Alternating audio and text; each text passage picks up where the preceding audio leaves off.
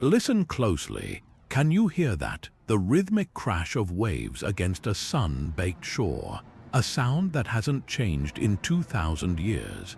Now, picture the first light of dawn breaking over the Mediterranean, illuminating the silhouette of a city that defied an empire. This is Carthage, not merely a name in a history book, but a powerhouse so formidable, so advanced that its greatest rival, Rome, was consumed by a singular, terrifying goal: to wipe it from the face of the earth, to salt its soil so that nothing would ever grow again. They wanted Carthage to be forgotten, and for the most part they succeeded. But what if I told you that the story we've been told is only a fragment of the truth? That the echoes of this vanquished civilization did not simply fade into silence, but instead went underground, secretly weaving themselves into the very fabric of our modern world. We often think of history as a linear path, a clear succession of winners who dictate the narrative. We study the legacies of Rome, of Greece, of Egypt, marveling at their monuments and laws. But what about the legacies that were forced into hiding, the knowledge that was too dangerous, too revolutionary to be left in the open? This is the story of those secrets. This is the story of the 30 forgotten practices of Carthage, a collection of innovations and beliefs so potent that even in their destruction they refused to die. They were the hidden currents that flowed beneath the surface of history, influencing everything from naval engineering and global trade routes to democratic ideals and economic systems, all while wearing a disguise, their true origins carefully concealed by the very people who adopted them. So today, we are not just looking back at a lost city. We are embarking on a detective story, a journey to reclaim a stolen legacy. We will pull back the curtain on a grand historical illusion, revealing how the world you know today, its connections, its technologies, its very structure, was quietly, profoundly shaped by a civilization that was supposed to be erased from memory.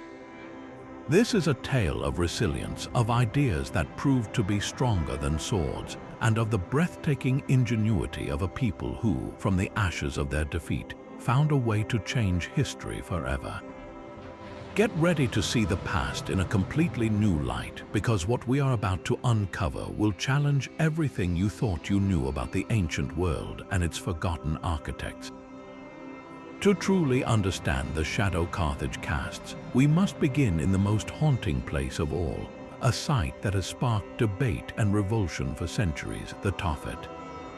Imagine a sacred enclosure, not of grand temples, but of countless small stone markers, each one marking a burial urn.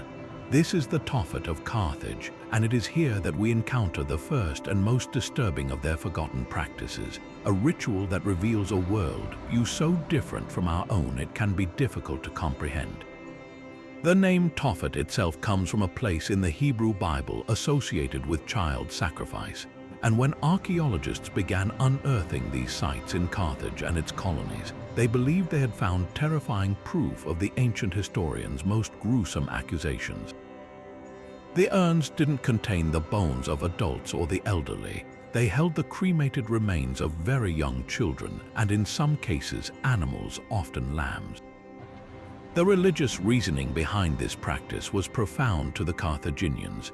Their two most important deities were the powerful god Baal-Hamon and the goddess Tanit, often called the face of Baal.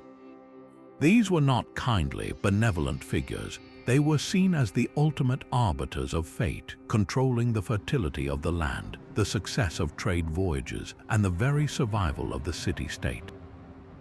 In a world perceived as precarious, where a single storm could sink a fleet laden with wealth or a drought could bring famine, the favor of the gods was not something to be taken for granted. It was believed that to secure this favor, to ensure the continued prosperity and protection of the entire community, the most valuable offering possible was required. And what could be more valuable than the gift of one's own child, the very continuation of one's lineage? This was not an act of cruelty in their eyes, but the ultimate expression of devotion, a transaction of cosmic significance where a family's most precious possession was given to secure the future of all. But the story is not as simple as it first appears, and this is where the scholarly debate ignites. The discovery of animal remains, particularly lambs, within many of the same urns has led to a compelling alternative theory. Some experts argue that this practice, known as a mulk offering, could have been largely symbolic. Perhaps, they suggest, in most cases an animal was substituted for the child, a lamb for a son, in a ritual that mimicked the ultimate sacrifice without actually requiring it. The cremated remains of children found in the urns, according to this view, might represent children who died naturally of illness or accident and were then offered to the gods in a sacred funeral rite, their souls dedicated to Tanit and Baal Hammon in death. This reinterpretation asks us to consider whether the ancient Greek and Roman accounts, written by Carthage's bitter enemies, were exaggerated propaganda designed to paint their rivals as monstrous barbarians. Yet, the sheer scale of the Tophet sites makes the debate even more complex. Estimates suggest the Carthage Tophet may contain the remains of over 20,000 urns spanning centuries. If this was solely for children who died naturally, the infant mortality rate would have to be staggeringly high, even for the ancient world. The evidence is ambiguous, pointing to a practice that may have evolved over time, perhaps beginning with actual sacrifice during periods of extreme crisis and later becoming more ritualized and symbolic. What is undeniable, however, is the powerful statement this practice made to the world. For their contemporaries, whether it was literal or symbolic, the Tophet demonstrated a level of collective commitment that was both terrifying and awe-inspiring. It signaled that the citizens of Carthage were willing to pledge what was most dear to them for the good of the state, a depth of societal devotion that their rivals, for all their military discipline, could scarcely fathom. This extreme faith was the bedrock upon which their commercial empire was built, a chilling reminder that the forces driving history are not always those we find comfortable. Moving from the sacred and somber grounds of the Tophet, we turn now to the very heart of civic life in Carthage, to the bustling agora where the fate of a commercial empire was decided not by a single tyrant, but by a remarkably sophisticated and balanced political machine. While Rome would later become famous for its republic, it was Carthage that first perfected a system of mixed government, a model of stability so effective that it would quietly echo through the corridors of power for millennia. This was not a simple hierarchy, it was a complex, interlocking set of institutions designed with one brilliant goal in mind: to prevent any one individual or faction from seizing absolute control. At the helm of the state were the two Suffites. The name itself comes from a word meaning judges, and that is precisely what they were. These were not kings in the traditional sense, though they held the highest office. Elected annually from the most powerful aristocratic families, the Suffites presided over the state's most important religious ceremonies and served as the chief magistrates, overseeing the administration of justice and the day-to-day governance of the city. Their power, however, was sharply checked. They could not unilaterally declare war or commit vast public funds. Their role was one of executive leadership, but it was leadership firmly embedded within a larger framework, ensuring that no single ruler could become a despot. The true center of deliberative power resided in the Council of Elders, or the Senate, as the Romans would have called it. This body was composed of the wealthiest and most experienced citizens, often those who had served as Suffites in the past. It was the council that handled the most critical matters of state, foreign policy, financial administration, and the overall direction of the republic. They debated treaties, approved major expenditures, and provided the deep institutional knowledge necessary to manage a far-flung network of colonies and trading posts. The council represented the aristocratic element of the government, the voice of established wealth and experience that provided continuity and careful, long-term planning. But the Carthaginian system had a third, crucial component that is often overlooked: the People's Assembly. While not a pure democracy in the Athenian style, this assembly held significant, defined powers that gave the common citizen a direct voice in the most momentous decisions. It was this body that had the ultimate authority to elect the Sophites and the most important military generals. More importantly, if the Sophites and the Council of Elders reached a disagreement on a vital issue, particularly one concerning war and peace, the matter was referred to the People's Assembly for a final decision. This was a profound check on the aristocracy. It meant that the ruling class could not embark on a major military adventure without the consent of the citizens who would have to fight and finance it. This inclusion of a democratic element prevented the government from becoming an oligarchy completely detached from the will of the people. The genius of this system was its balance. The monarchic element of the Sophites provided efficient executive action. The aristocratic element of the council offered wisdom and stability. The democratic element of the assembly ensured accountability and popular support. This intricate dance of power created a political stability that was the envy of the ancient world. For centuries, while Greek city-states were racked by constant revolutions, tyrannies, and factional strife, Carthage enjoyed remarkable internal peace. This stability was the bedrock of its commercial success. Merchants and sailors could conduct business with confidence, knowing that the rules of the game would not suddenly change with a political coup. Centuries later, the Greek philosopher Aristotle, that great analyst of political systems, studied the Carthaginian constitution and praised it as one of the best in the world, noting its similarity to the Spartan and Cretan models but highlighting its success. He observed that Carthage had managed to avoid tyranny and revolution, a feat he attributed directly to its balanced structure. This Carthaginian model of separated powers and checks and balances did not disappear with the city's destruction. The idea was preserved in the works of political philosophers like Polybius, who saw in Rome's own mixed constitution the secret to its success, an idea that was itself influenced by earlier models like Carthage. This intellectual tradition, this forgotten blueprint for preventing tyranny, would be rediscovered during the Enlightenment by thinkers like Montesquieu, who argued passionately for the separation of powers.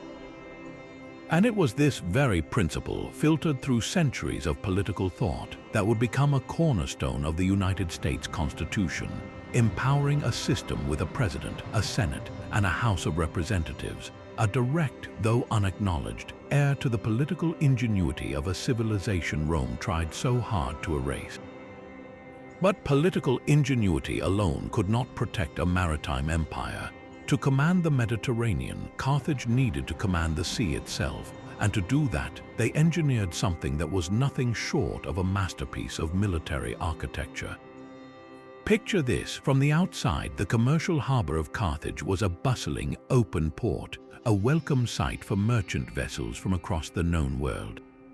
But nestled discreetly behind it, concealed by a high wall, was a sight no foreigner was ever meant to see: the Kothon, a perfectly circular, artificial military harbor.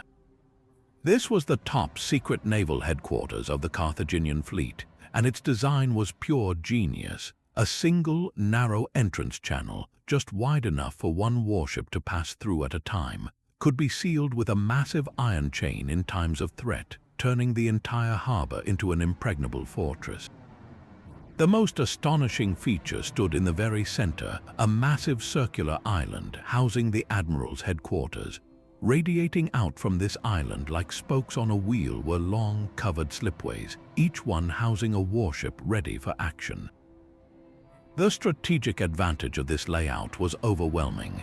While an enemy fleet would have to assemble in the open sea, vulnerable to weather and unsure of the defenders' strength, the Carthaginian navy rested safely within its circular bastion. More importantly, the Kothon was a machine for rapid, secret deployment. The admiral, standing high on his central island, could see every single ship in his fleet at once. With a series of flag signals, he could order specific squadrons to deploy in a precise sequence. Ships could be launched from their covered slips directly into the harbor, form up into battle lines, and then exit through the narrow channel one after the other in a continuous, organized stream. This allowed the entire fleet to sortie with an efficiency and coordination that their enemies could never match. It was the equivalent of a modern-day aircraft carrier group operating from a hidden base, a force projection tool that kept Carthage's rivals constantly guessing. The ships that emerged from this technological marvel were equally advanced. The backbone of their fleet was the quinquereme, a formidable warship whose name means five-oared. This doesn't mean it had only 5 oars. Rather, it featured a sophisticated arrangement where multiple rowers worked a single oar, allowing for immense power and speed. These vessels were towering fortresses of wood and bronze, equipped with a deadly ram sheathed in metal designed to smash into the hulls of enemy ships and sink them instantly. But the Carthaginians didn't just use standard designs, they adapted and innovated. They built vessels capable of carrying not just marines, but hundreds of soldiers, horses, and siege equipment for lightning-fast amphibious assaults. Their tactics were a brutal symphony of naval and land power. A fleet would appear off a hostile coast, and before the defenders could properly react, a specialized landing craft would disgorge a full army onto the beaches. This ability to strike anywhere without warning gave Carthage control over the entire Western Mediterranean, securing their trade routes and cowing potential rivals into submission. The legacy of these naval innovations did not die with Carthage. When the Romans finally breached the city walls, they were utterly stunned by the sophistication of the Carthon. They had never seen anything like it. While they famously sowed the land with salt, they carefully studied and preserved the principles of the harbor's design. The Romans, who began as a land-based power, became a naval superpower almost overnight by copying and improving upon Carthaginian ship designs, most famously during the First Punic War when they captured a stranded Carthaginian quinquereme and used it as a blueprint to build an entire fleet. The concept of a dedicated, protected military harbor became a standard feature of Roman naval strategy for centuries. Even the amphibious assault tactics pioneered by Carthage were adopted and perfected by Rome, becoming a cornerstone of imperial expansion. In this way, the very tools that made Carthage a dominant power were absorbed by its destroyer, ensuring that the ghost of the Carthaginian navy would continue to patrol the seas long after its home port had been reduced to rubble. This commercial and naval dominance, however, rested on a foundation of something far more valuable than warships or political checks: information. The true lifeblood of the Carthaginian Empire was not the gold in its coffers, but the secret knowledge in the hands of its merchant captains. To understand their fourth forgotten practice is to enter the world of ancient economic warfare, a practice where maps were state secrets and disinformation was a weapon as potent as any sword. Carthage maintained its staggering wealth through a meticulously guarded commercial monopoly, and the key to this monopoly was its absolute control over the geography of the known world. Think of the Mediterranean not as a welcoming highway, but as a vast, terrifying maze for any sailor who wasn't Carthaginian. While their fleets moved with confident precision, they actively cultivated a mythology of danger to keep their rivals confined to familiar shores. They spread horrifying tales of sea monsters lurking beyond the Pillars of Hercules, what we call the Strait of Gibraltar. They whispered of a boiling sea to the west, where the water itself would catch fire and ships would be dragged into the abyss. They spoke of impenetrable fogs and lands where the very rules of nature ceased to apply. This was not mere superstition. It was a calculated strategy of economic intelligence, a campaign of fear designed to protect their most valuable asset.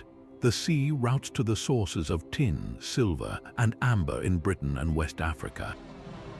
By turning the Atlantic into a realm of legend and nightmare, they ensured that Greek and Roman merchants would think twice before challenging their control, effectively creating a protected economic sphere that stretched across thousands of miles. The reality, known only to a select few Carthaginian families, was starkly different. Their ships were not navigating by guesswork or fear. They were guided by sophisticated celestial navigation techniques, a complex art passed down from father to son like a sacred trust. These navigators could read the stars with an accuracy that was generations ahead of their time. They understood the movements of constellations, using them not just for general direction but for precise latitude sailing.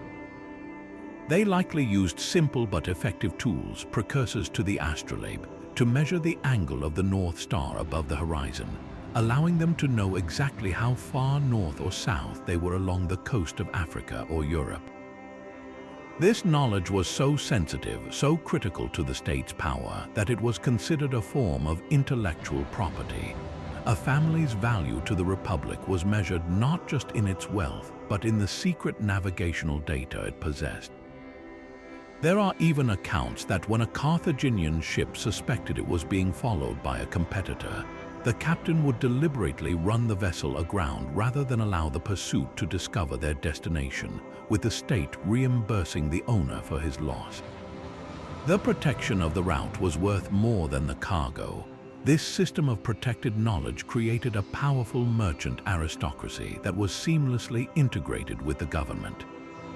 The same families that controlled the secret trade routes also held seats in the Council of Elders.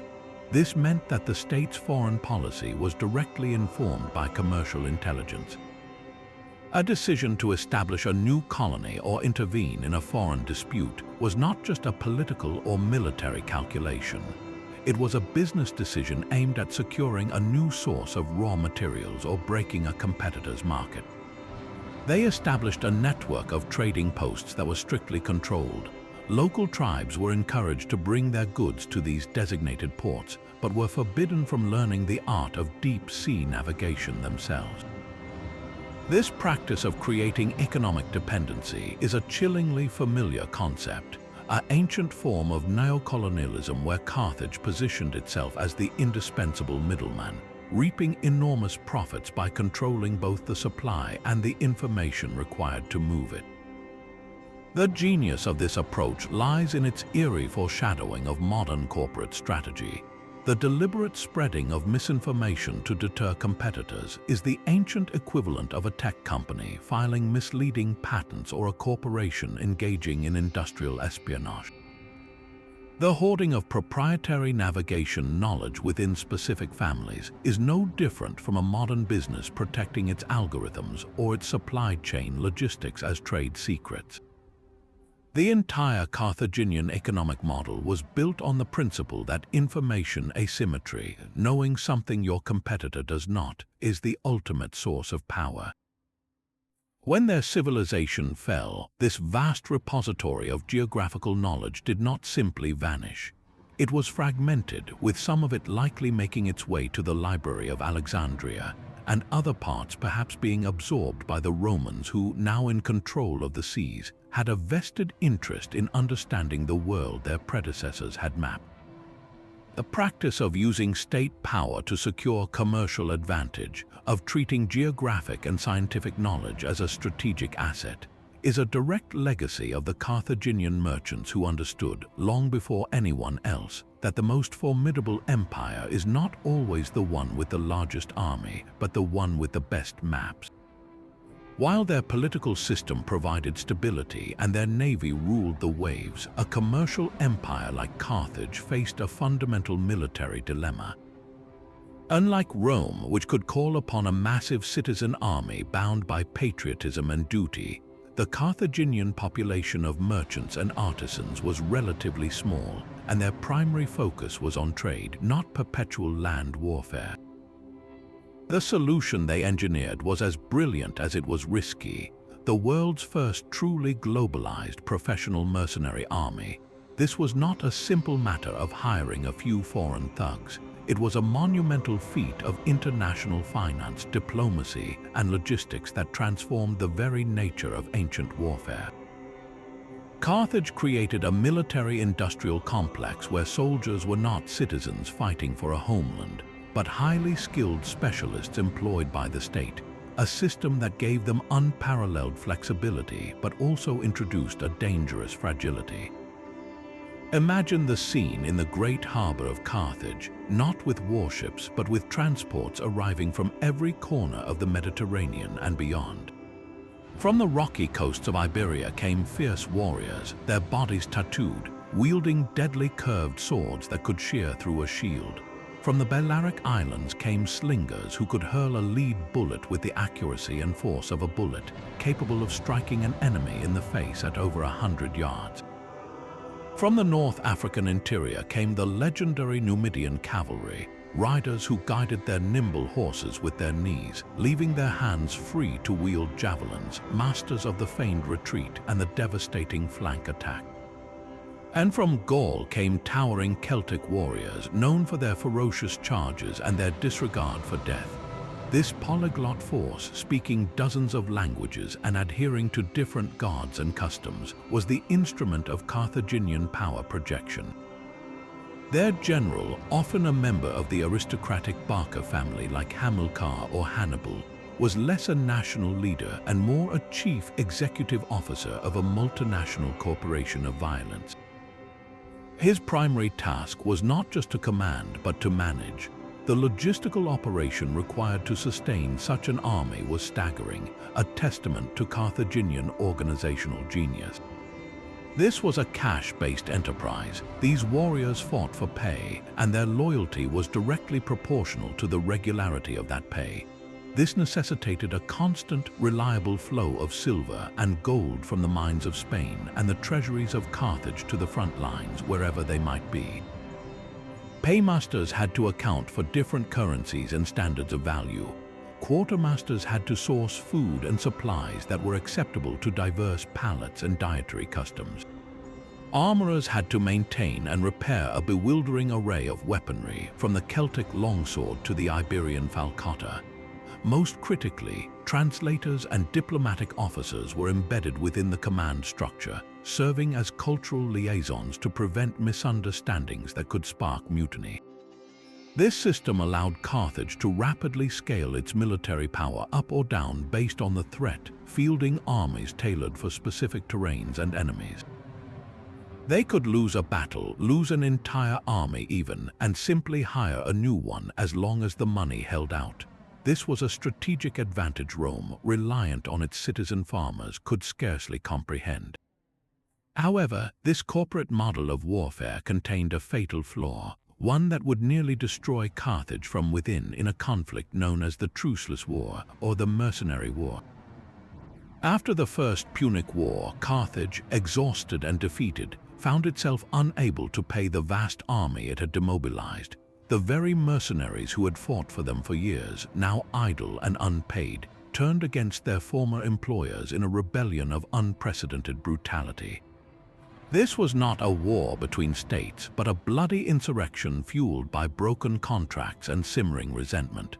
The mercenaries, united by their shared grievance, were joined by disaffected Libyan subjects, swelling their ranks into a massive force that laid siege to Carthage itself. The conflict showcased the dark side of the mercenary model. Without the binding glue of pay or patriotic loyalty, the army could instantly transform from a protector into a mortal enemy. The Carthaginians, led by Hamilcar Barca, eventually suppressed the revolt with stunning ruthlessness, but the trauma of nearly being overthrown by their own military machine left a permanent scar. Yet, the legacy of this model proved to be more resilient than the city that created it. The Romans, who initially despised the mercenary system as unreliable, were forced to adapt. As their own empire expanded beyond Italy, they could no longer rely solely on citizen legions. They began to incorporate auxiliary troops, specialists like Numidian cavalry and Cretan archers who were paid professionals fighting under Roman command. This was a direct, if more controlled, adoption of the Carthaginian principle. More profoundly, the concept of a standing professional army, paid by the state and serving for long periods, eventually replaced the Roman militia system altogether. The logistical frameworks for paying, supplying, and moving large armies across continents, perfected by Carthaginian quartermasters, became the foundation for later imperial military machines. In a way, Hannibal's greatest victory was not at Cannae, but in forcing Rome to become more like Carthage to survive, setting a precedent for the professional armies that would shape the fate of Europe for the next 2,000 years. The mercenary, once viewed as a necessary evil, had become a permanent fixture of warfare, a ghost of Carthaginian pragmatism haunting battlefields long after the city's name was forgotten. But how do you feed a metropolis of several 100,000 people, along with the crews of 1,000 ships and the ranks of a professional army, all situated in a region not known for natural agricultural abundance? The answer lies in the sixth forgotten practice, a revolution so fundamental that it literally reshaped the land itself.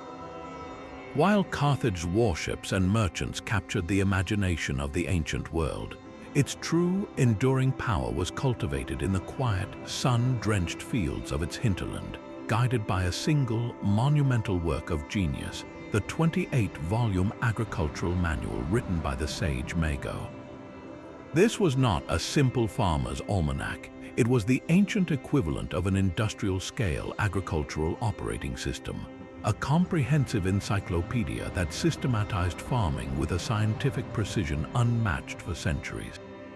Its value was so widely recognized that after the utter destruction of Carthage, the Roman Senate, in a rare act of cultural preservation, issued a formal decree ordering the manual's translation into Latin, explicitly saving this knowledge from the flames that consumed everything else. So, what was in this legendary text that made it so indispensable to the conquerors? Mago's work was breathtaking in its scope and detail, beginning with a simple, profound opening statement that set the tone for everything that followed, that a person who has acquired a piece of land should begin by selling their house, lest they be tempted to focus more on a comfortable dwelling than on the soil that would sustain them. This ethos of prioritizing the land above all else permeated the entire manual. It covered every conceivable aspect of large-scale farming, starting with the critical selection of the land itself. Mago provided detailed instructions on how to assess soil quality, not just by sight and feel, but by digging pits to examine the substrata and even tasting the earth to determine its composition and potential fertility. He laid out precise formulas for soil amendment, specifying the exact types of manure to use for different crops, poultry for vineyards, cattle for grain, and in what quantities, turning the relatively poor North African earth into a powerhouse of productivity. His most revolutionary contributions, however, were in the cultivation of cash crops that would define the Mediterranean economy for millennia, the olive and the vine.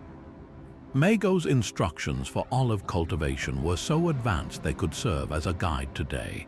He detailed the exact methods for propagating new trees from cuttings, ensuring genetic consistency and superior fruit quality. He specified the optimal spacing between trees to maximize sunlight and airflow, preventing disease and increasing yield. He described sophisticated irrigation techniques using carefully channels and reservoirs to conserve precious water in the arid climate. But his genius extended beyond planting. He provided intricate instructions for harvesting the olives at the perfect moment of ripeness and for constructing the complex lever and weight presses needed to extract the oil efficiently.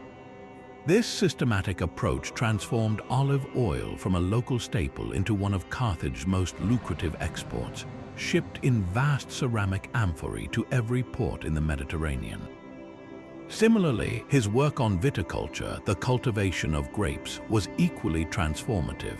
Mago outlined how to select the best slopes for vineyards to ensure drainage and sun exposure, how to train vines on trellises for maximum health and fruit production, and even how to control yields to improve the concentration and quality of the wine.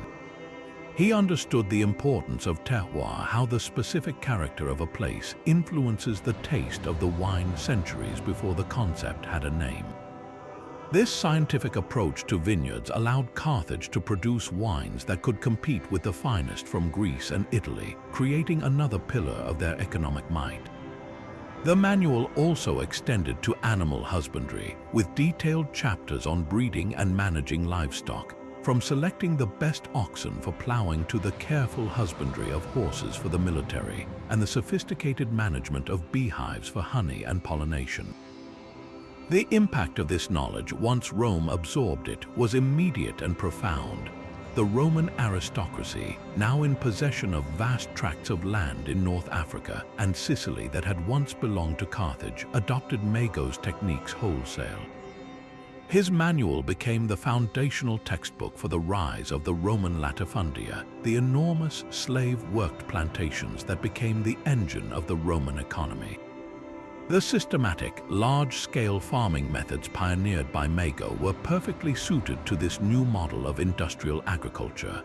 The olive groves and vineyards of North Africa, cultivated using Carthaginian science, fed the city of Rome for centuries, their produce flooding the markets and making their new owners immensely wealthy. The very techniques that had sustained the Carthaginian Republic were now fueling the expansion of the empire that had destroyed it. This agricultural revolution did not stop at the borders of the Roman world. As the empire expanded into Spain, Gaul, and beyond, Roman colonists took the principles from Mago's translated manual with them. The vineyards of Bordeaux, the olive groves of Andalusia, and the sophisticated irrigation systems that transformed European agriculture all bear the subtle, unacknowledged imprint of Carthaginian agronomy. The practices of soil management, crop rotation, and selective breeding that became standard across Europe for the next 1,000 years can trace their origins back to this single, comprehensive work. The ghost of Mago, the Carthaginian sage, lived on in the fields of Roman villas and medieval monasteries, his wisdom silently embedded in the very soil of Western civilization, ensuring that the most practical and sustaining knowledge of the vanquished city would continue to bear fruit long after its walls had crumbled to dust. Yet this mastery over the land and sea, this ability to feed armies and build empires, all relied on one final, crucial ingredient: a stable and powerful economic engine. And here, the Carthaginians demonstrated a form of strategic cunning so subtle and so advanced that its fingerprints are only now becoming clear to modern economists. While their ships carried goods, their most potent export may well have been a form of carefully engineered financial chaos. This is the story of their seventh forgotten practice, a masterclass in early economic warfare centered on a brilliant two-tiered system of currency designed not for fairness but for dominance. To understand this scheme, we must first discard our modern notion of money having inherent value. In the ancient world, a coin's worth was directly tied to the precious metal it contained. A silver drachma was valuable because it was made of silver. Carthage, sitting on vast reserves of silver from its Spanish mines, had the potential to mint some of the richest, most trusted coins in the Mediterranean. But they chose a different, far more clever path. Internally, for transactions within Carthage and for paying their formidable mercenary armies, they used a high-quality, reliable silver coinage. This ensured stability at home and, most critically, guaranteed the loyalty of the soldiers who fought for pay. But for their external trade, the commerce that was the lifeblood of their empire, they deployed a secret weapon, a currency of seemingly little intrinsic worth. Ancient historians like Polybius describe a Carthaginian external currency made from small leather discs or, in some accounts, a heavily debased silver alloy. Imagine a Greek merchant arriving in a Carthaginian trading post in Sicily, looking to buy a shipment of fine Tyrian purple dye or African ivory. He will be required to exchange his own city's pure silver coins for this special Carthaginian trade currency. Officially, the exchange rate might be set to appear fair, but the fundamental reality was that the merchant was giving up something of real, durable value for something the Carthaginians could produce cheaply and in vast quantities. This practice effectively forced their trading partners to bear the risk of holding a less stable, controlled currency. The Carthaginian state, meanwhile, was accumulating a massive hoard of high-value silver and gold from its rivals, steadily draining real wealth into its own treasuries. The strategic advantages of this system were profound and multifaceted. First, it functioned as a subtle but powerful tariff on all trade flowing through Carthaginian ports. Every transaction included a hidden tax, a seigniorage profit that enriched the state without the need for explicit and unpopular import duties. Second, and more insidiously, it created economic dependency. As more and more merchants operating in the Western Mediterranean began using this Carthaginian trade currency for convenience, it gradually became a regional standard. Rival city-states found their own monetary systems becoming marginalized. Their coins were less accepted in international markets, reducing their economic influence and forcing them to engage with the Carthaginian financial ecosystem on terms set by Carthage. This was a way of projecting power without ever drawing a sword, of making other economies orbit around their own. The most devastating application of this tactic, however, was its potential as a weapon of deliberate destabilization. There is compelling evidence to suggest that Carthage could artificially manipulate the value of its external currency. In times of peace, they might maintain its stability to encourage trade. But in times of rising tension or outright conflict with a rival power, they could deliberately flood the market with their leather or debased coins, triggering hyperinflation in the economies of their enemies. A neighboring kingdom that had come to rely on Carthaginian currency for its own trade would suddenly find the value of its reserves evaporating. Prices for essential goods would skyrocket, social unrest would brew, and the rival's ability to finance a war would be crippled before the first spear was thrown. This was economic warfare in its purest form, a way to soften up an adversary by collapsing their economy from within. The echoes of this ancient practice resonate with startling clarity in our modern world.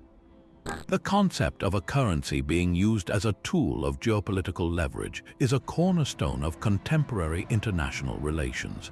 When a powerful nation today uses its currency to dominate global trade, or when it imposes severe financial sanctions that freeze an adversary out of the international banking system, it is employing a digital, more sophisticated version of the Carthaginian strategy. The goal remains the same: to exert control and compel behavior without direct military confrontation, to make the financial system itself a battlefield. Carthage understood that true power lies not just in the ability to destroy, but in the capacity to control the very medium of exchange that fuels civilizations. In their clever debasement of currency, we see the ghost of modern central banking, of quantitative easing, and of economic sanctions, a testament to a level of financial sophistication that would not be widely understood again for over 2,000 years. Now we shift our gaze from the cold calculus of finance to the warm hearths of Carthaginian homes and the bustling marketplaces, where another revolutionary practice was quietly unfolding, one that granted women a level of public and economic power that would have been unthinkable in many of their contemporary societies. While the Romans idealized the matron who remained within the domestic sphere, and the Greeks largely confined women to the gynekaeon, the inner quarters of the home, Carthaginian women were a visible and formidable force in the city's commercial life. This remarkable agency was not an accident of culture. It was deeply rooted in the spiritual fabric of the society, inextricably linked to the worship of its most prominent deity, the goddess Tanit. Tanit was not a minor consort or a passive figure. By the 5th century before the Common Era, she had risen to become the preeminent protector of Carthage, often invoked before her male counterpart, Baal Hammon. She was the face of Baal, his active manifestation in the world, a goddess of war, a patron of the fertility of the land, and most significantly for our story, a celestial guardian of the city itself. Her symbol, a simple but powerful geometric design found on countless stelae and amulets, is instantly recognizable.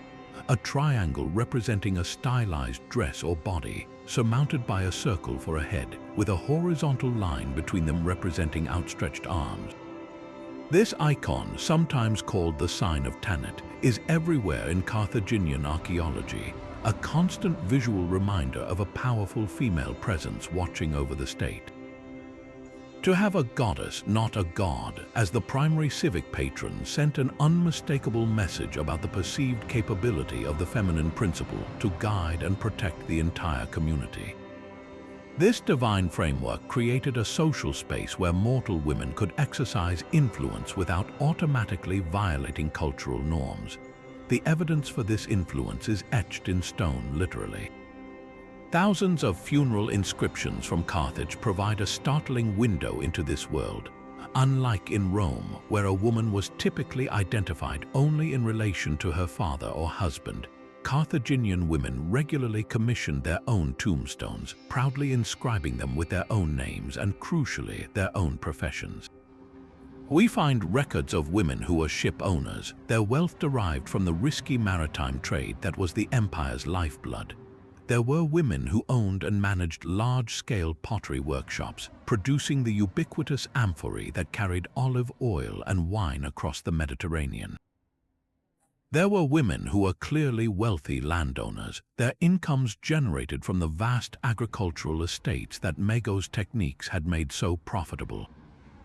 This was not merely the management of household finances. This was active, recognized participation in the capitalist engine of the state. A Carthaginian woman could own property in her own name, inherit wealth independently, and enter into legally binding contracts. She could sue and be sued in court, a legal standing that was the fundamental prerequisite for any serious commercial activity. This economic independence had profound social ramifications. A woman with her own source of wealth was not entirely dependent on a father, brother, or husband for her survival or status. This afforded her a significant degree of autonomy within the family structure and a voice in matters that affected her financial interests. It is highly likely that women from these propertied families exerted considerable influence behind the scenes, advising on business ventures and marriage alliances that would consolidate commercial power. While we have no direct evidence of women holding high political office like the Safites, their economic power would have made them influential stakeholders. The state, which relied on the success of its merchant aristocracy for taxation and loans, could not afford to ignore the interests of such wealthy citizens, regardless of their gender. This integration of women into the economy made Carthaginian society more resilient. It effectively doubled the pool of human capital available for entrepreneurial activity. While a Roman merchant might lose his life at sea, potentially leaving his family destitute, a Carthaginian trading family could have the wife or mother step in to manage the business seamlessly, ensuring continuity and stability. The connection to Tanit worship is further strengthened by the role of women in the city's religious life. While the evidence is fragmentary, there are strong indications that women served as priestesses in the cult of Tanit. These were not minor roles. In the ancient world, priesthoods were often positions of considerable political and economic power, controlling temple treasuries, overseeing vast lands, and interpreting the will of the gods, a function that could directly influence state policy. A priestess of Tanit would have been a respected public figure, a conduit to the city's divine protector. This religious authority would have complemented the economic power wielded by women in the marketplace, creating a powerful fusion of spiritual and secular influence that reinforced their standing in the community. When we contrast this with the fate of women in the Roman Republic that eventually conquered Carthage, the difference is stark. Roman law placed women under the permanent legal guardianship of a male relative, first her father and then her husband. Her property, while technically hers, was managed by this guardian. Her public role was severely circumscribed. The Carthaginian model presents a fascinating and largely forgotten alternative pathway for women in the ancient world. It suggests that a society oriented around maritime trade and commerce, under the patronage of a powerful goddess, could develop a more flexible and pragmatic approach to gender roles, one that valued capability and economic contribution above rigid patriarchal tradition. This hidden legacy of female agency, crushed by Rome's victory, would lie dormant for centuries, a silent testament to a social structure whose potential was never fully realized, but whose faint echo can be found in the powerful merchant women of later medieval trading republics like Venice, who similarly found space for influence in a world built on commerce. This sophisticated urban landscape, a marvel of functionality and foresight, was made possible by an even more fundamental innovation that lay beneath the very streets, a mastery over water that would define the city's resilience for centuries. Operating a metropolis of several 100,000 people in a climate with seasonal rains required an engineering solution of staggering ambition. The Carthaginians did not merely rely on cisterns and wells. They constructed a vast, interconnected network of colossal reservoirs that captured and stored rainwater on an industrial scale. These were not small pits, but immense plaster-lined basins carved into the bedrock, capable of holding millions of gallons of water. This stored water was then distributed through a system of lead and ceramic pipes under pressure, a concept far ahead of its time, supplying public fountains, baths, and even the homes of the wealthy. This ensured that during the long, dry summer months when other cities might face drought, Carthage thrived. Furthermore, their sewer system was equally advanced. Rather than letting waste flow into the streets as in many contemporary cities, Carthage had a comprehensive network of covered drains that channeled sewage away from residential areas and out to sea, a critical public health measure that helped prevent the outbreaks of disease that plagued other ancient urban centers. This hidden infrastructure of water management was the unseen lifeblood of the city, a testament to a civilization that understood that true greatness required controlling the most basic elements of life. But controlling trade routes and currencies was one thing, controlling the very color of power was another. Among all the treasures that filled the holds of Carthaginian ships, the silver, the ivory, the exotic animals, none possessed a value so concentrated, so potent, that it became synonymous with divinity and empire itself. This was the 10th forgotten practice, an alchemical art that transformed the most humble of sea creatures into a substance worth its weight in solid silver, the production of Tyrian purple. To understand this industry is to grasp the pinnacle of Carthaginian commercial genius, an enterprise so secretive and so profitable that it functioned as a state-controlled monopoly, a strategic asset guarded as fiercely as any military secret. The raw material for this legendary dye was surprisingly unassuming, the spiny murex snail, a mollusk that thrived in the coastal waters of the eastern Mediterranean, particularly near the Phoenician city of Tyre, from which the dye took its name. But harvesting these snails was merely the first step in a process so grueling and repulsive that it seems almost mythical. Ancient authors like Pliny the Elder described it in horrified fascination.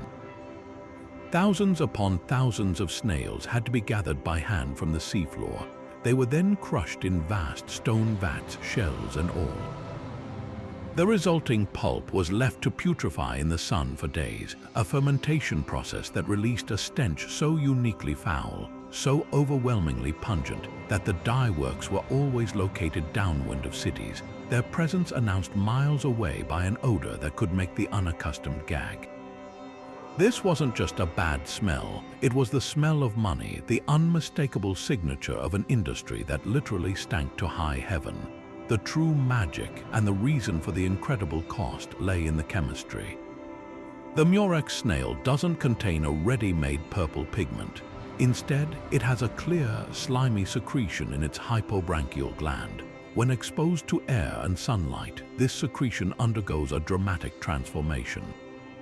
It starts as a pale yellow, then shifts through a spectrum of green and blue, before finally settling into that deep, rich, vibrant purple that never fades. The dyers had to master the exact moment to halt this process to achieve the desired shade, from a reddish imperial purple to a deep, almost black violet. It took approximately 10,000 snails to produce just a single gram of pure dye, enough to color the trim of a single garment. To dye an entire Roman toga would have required the juice of millions of creatures, making a full purple robe more expensive than a vast estate. This staggering labor-to-output ratio created an economy of extreme scarcity, which the Carthaginians exploited with ruthless precision. Carthage didn't invent Tyrian purple, the Phoenicians did, but they industrialized it and turned it into a tool of geopolitical strategy. They established their own murex fisheries along the North African coast and in Sicily, bringing the production directly under their control. The entire process from harvesting to dyeing was a state secret. The workers were likely bound to their trade for life, sworn to secrecy under penalty of death. The finished product was never sold as a dye. Instead, the Carthaginians sold only the finished, dyed textiles. This ensured that the technical knowledge never left their hands. A bolt of cloth dyed with true Tyrian purple was more than a luxury item. It was a certificate of authenticity, a product of the Carthaginian state, and its distribution was carefully managed to maintain its astronomical price.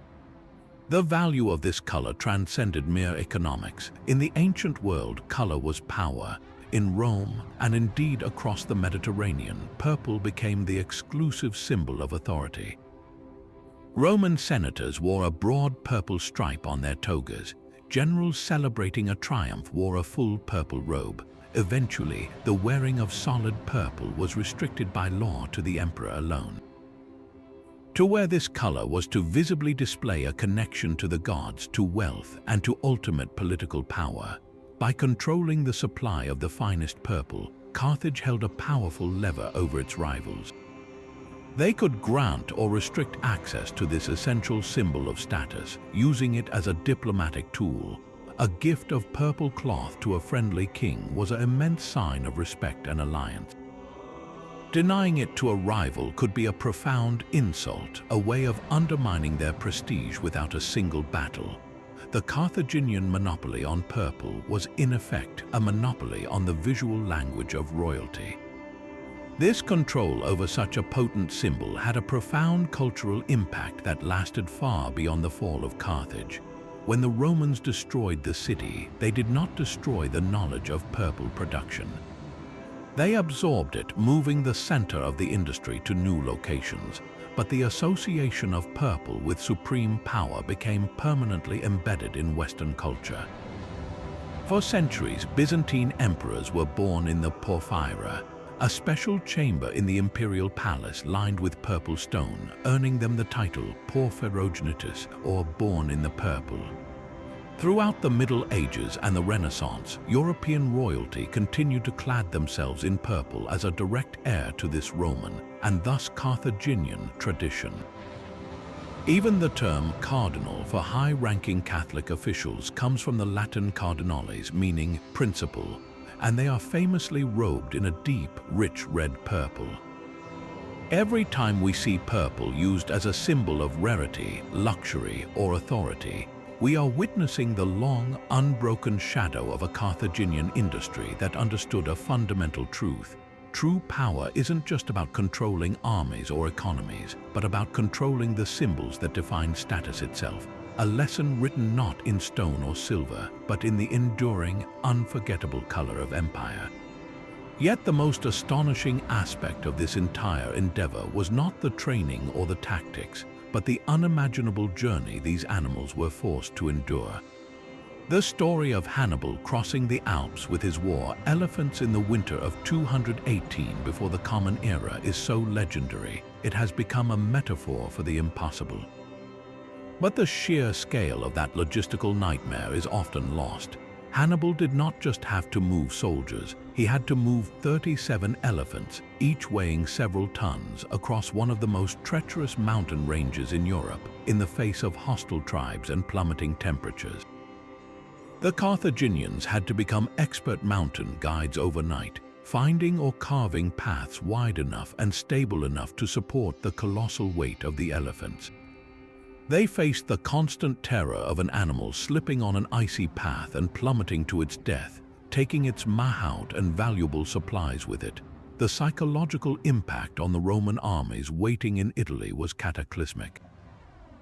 The Alps were considered Rome's natural, impenetrable northern shield. The sudden appearance of an African army emerging from the snows with creatures that belonged in myth was a devastating blow to Roman morale. It was a statement of terrifying intent. No barrier, natural or man-made, could stop the Carthaginian war machine.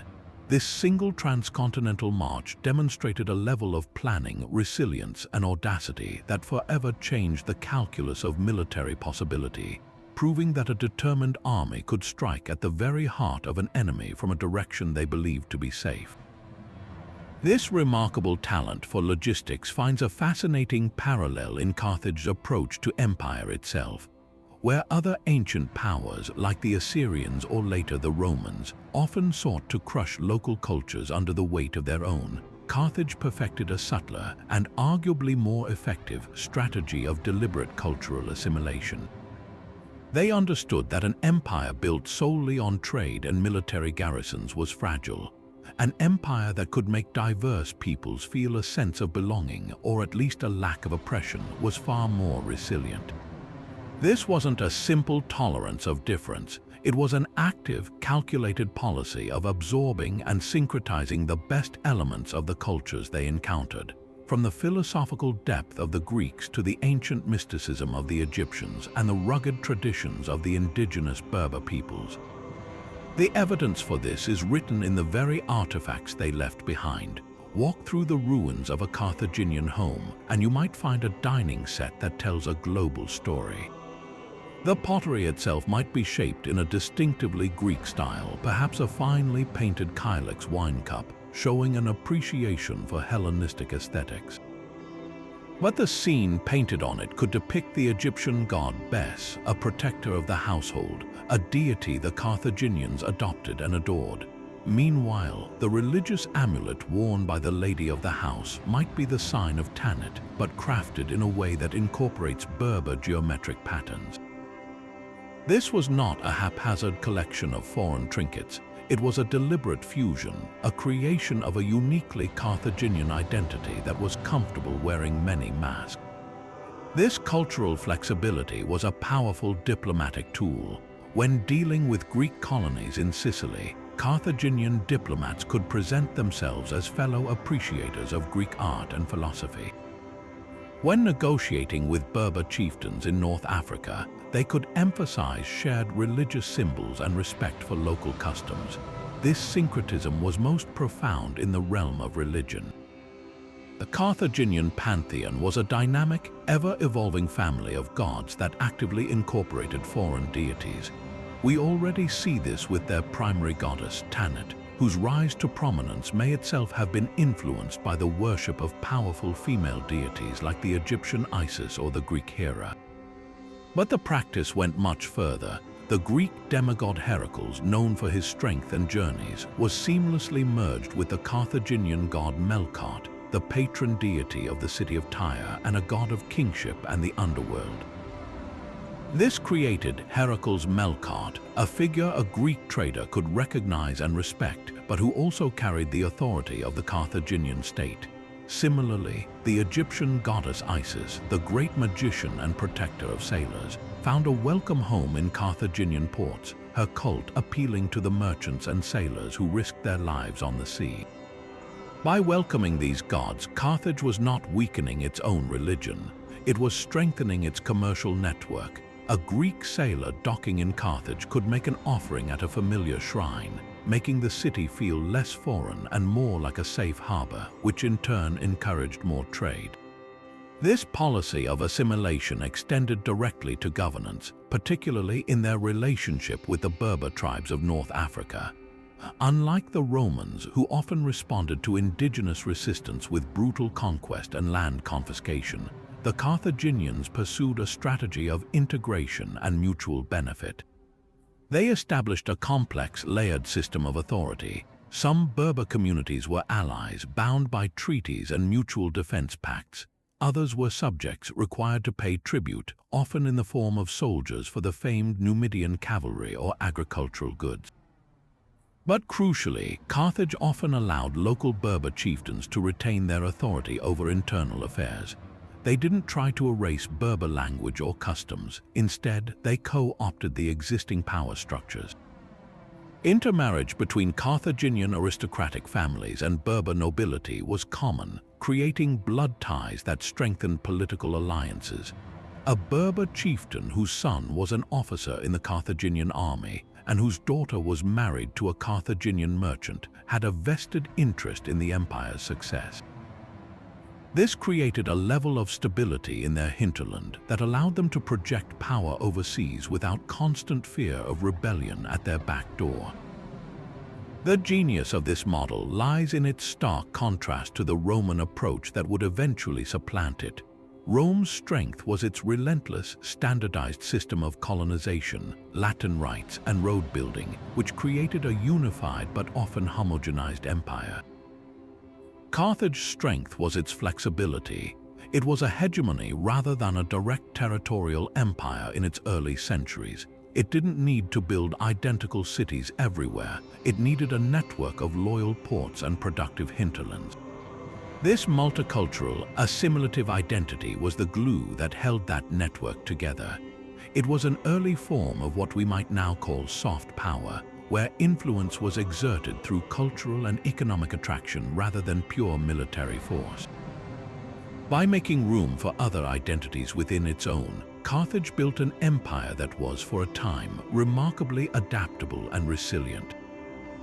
This forgotten practice of imperial management, governing through inclusion and syncretism rather than forced conformity, stands as a powerful testament to a sophisticated understanding of power that was lost for centuries, only to be rediscovered and redefined by empires that came long after. Now consider the immense risk that formed the backdrop for all this commercial brilliance. A fully laden Carthaginian merchant ship, its hold packed with silver, exotic woods, and precious Tyrian purple, represented a colossal investment. It was a floating fortune, but one at the mercy of the Mediterranean's unpredictable temperament. A sudden storm, a hidden reef, or an encounter with pirates could send that entire investment, along with the crew's lives, to the bottom of the sea in an instant. For a single merchant or even a powerful trading family, the loss of just one vessel could mean financial ruin. This existential threat posed a fundamental question. How do you build a global trading empire when any single voyage could end in catastrophe? The Carthaginian answer was a stroke of genius that would quietly revolutionize commerce forever, a 13th forgotten practice that created the very bedrock of modern finance, a sophisticated system of maritime insurance and contract law designed to distribute risk and enable ambition. The most revolutionary of these financial instruments was a contract known as bottomry, or fonus nauticum as the Romans would later call it. The principle was elegant in its simplicity, yet profound in its implications. A merchant or ship owner seeking to finance a risky voyage could take out a special loan from a wealthy investor, but this was no ordinary loan. The money advanced was used specifically to outfit the ship, purchase its cargo, and pay the crew. Here was the crucial, groundbreaking condition. The loan only had to be repaid if the ship successfully completed its voyage and reached its destination port safely. If the ship was lost to a storm, pirates, or any other peril of the sea, the debt was completely wiped away. The lender absorbed the total loss. In exchange for accepting this enormous risk, the lender could charge a significantly higher rate of interest than on a standard loan, often exceeding 20 or 30%. This interest premium was the price of the insurance. For the merchant, it transformed a potentially devastating, all-or-nothing gamble into a manageable business expense.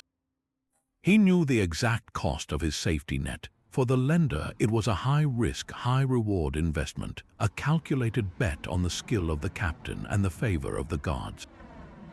This system required an extraordinary level of trust and legal sophistication. These bottomry contracts were not simple handshake deals. They were detailed legal documents, likely recorded on papyrus scrolls and witnessed by officials. They would have specified the exact route of the voyage, the nature of the cargo, the value of the ship, and the precise interest rate. this level of detail was necessary to prevent fraud.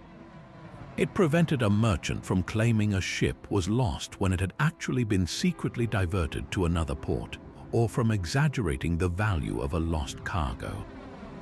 The very existence of such detailed contracts points to the development of specialized courts or arbitration bodies within Carthage, forums where merchants and lenders could resolve disputes based on a growing body of customary maritime law. This legal framework provided the stability and predictability that allowed capital to flow freely. Investors felt confident enough to risk their wealth because they trusted that the contracts would be enforced, while merchants could embark on ambitious voyages knowing they had a legal safety net. The benefits of this system rippled outwards, creating a powerful economic flywheel. By making long-distance trade less personally catastrophic, bottomry encouraged more merchants to undertake more voyages. This increased the volume of trade, which in turn generated more wealth for the entire state through taxes and tariffs. It also fueled a virtuous cycle of innovation. With the financial risk mitigated, merchants were more willing to invest in larger, more seaworthy ships that could carry greater cargoes and venture further afield. Shipbuilders had incentive to experiment with new hull designs and sailing rigs. The entire maritime economy was supercharged by this ability to turn existential risk into a calculable cost. Furthermore, it democratized access to world markets. A talented but less wealthy captain with a good reputation could now secure financing for a voyage that would have been impossible if he had to bear the entire risk himself. This opened the door for social mobility and unleashed a wave of entrepreneurial energy. The influence of these Carthaginian financial innovations did not disappear. The Romans, who initially had a much more agrarian and conservative view of finance, encountered these practices through their interactions with Carthaginian merchants in Sicily and elsewhere. They adopted and codified the concept of bottomry into their own legal system, recognizing its utility for managing their own growing maritime trade. From Roman law, the principles of maritime insurance and risk-sharing contracts were passed down through the Byzantine Empire and eventually to the great Italian maritime republics of the Middle Ages like Venice and Genoa. These medieval merchants, the direct heirs to the Carthaginian commercial tradition, refined these ideas into the insurance policies that would later be written in Lloyd's of London. Every modern insurance policy, from a container ship's cargo coverage to a homeowner's policy, operates on the same fundamental principle first perfected by Carthaginian merchants, the collective sharing of risk to enable individual enterprise. This forgotten practice is a stunning example of how an idea born from the practical needs of commerce in a specific time and place can evolve into a cornerstone of the globalized world, proving that the most enduring legacies are often not monuments of stone, but frameworks of thought that allow human ambition to flourish. But perhaps the most breathtaking testament to this commercial ambition and its appetite for risk was not a financial contract, but a physical journey into the complete unknown, an expedition so audacious it would not be matched for over 1,000 years. This is the story of the 14th forgotten practice, a state-sponsored voyage of discovery that stands as one of the greatest feats of ancient exploration, led by a man known as Hanno the Navigator. Around 500 years before the Common Era, a fleet of 60 ships, each powered by 50 oars, set sail from Carthage through the Pillars of Hercules, turning south into the Atlantic Ocean. This was not a routine trading mission. It was a colossal enterprise carrying 30,000 men and women, a veritable floating city whose purpose was to establish new colonies along the uncharted western coast of Africa. This was Carthage projecting its power not through conquest of familiar lands, but through the deliberate, terrifying expansion of the known world itself. The primary goal was undeniably practical and strategic. The expedition aimed to secure new trade routes and resources beyond the reach of their Mediterranean rivals, particularly the Greeks. By establishing a chain of colonies down the African coast, Carthage could monopolize access to the riches of the continent, gold, ivory, exotic animal skins, and perhaps most importantly, new sources of the murex snail for their priceless purple dye industry. The inclusion of so many colonists, men, women, and children signals a long-term plan for permanent settlement, creating self-sustaining communities that would serve as fortified trading posts, extending Carthage's economic reach for thousands of miles. These outposts would act as way stations for future voyages, ensuring a safe and controlled corridor for wealth flowing back to the mother city. It was a breathtakingly bold plan, an ancient equivalent of a space program, investing immense state resources into the high-risk, high-reward endeavor of charting a new frontier. Our knowledge of this incredible journey comes from a single, priceless document known as the Periplus of Hanno, a Greek translation of a tablet that was reportedly displayed in the temple of Baal Hammon in Carthage. A periplus is a sailor's log, a detailed account of a coastal voyage listing distances between points, landmarks, and encounters with local inhabitants. Hanno's Periplus is a gripping narrative that blends meticulous observation with what sounds to modern ears like pure myth, a sign that the explorers were venturing into realms for which their existing geography had no explanation. After establishing several colonies, including one called Cern, which likely served as their main base, the fleet continued south into ever more strange and wondrous territory. They described a land of dense, fragrant forests where the air was thick with the scent of unknown flowers, and a river teeming with crocodiles and hippopotamuses, creatures they had never seen before. The account reaches its climax with descriptions that have fascinated scholars for centuries. They reported reaching a towering mountain covered with fire, which they called the Chariot of the Gods, likely Mount Cameroon, an active volcano visible far out to sea. Further south, they encountered what they called gorilla, a word that would much later be applied to the great apes we know today. Hanno's men described these creatures as hairy, savage people, and in a violent skirmish, they managed to capture 3 females but were unable to take the males, who were too agile and climbed steep cliffs. As the skins of these gorilla were brought back to Carthage, it suggests they encountered a tribe of chimpanzees or gorillas, creatures so utterly outside their experience that they could only be described as wild men. The voyage ultimately turned back not because of danger, but because they ran out of supplies, a pragmatic end to a journey that had likely taken them as far as Gabon or even the Gulf of Guinea. The significance of Hanno's voyage cannot be overstated. It was a practice of systematic, state-funded exploration for economic gain, a concept that would not become common again until the age of discovery in the 15th century.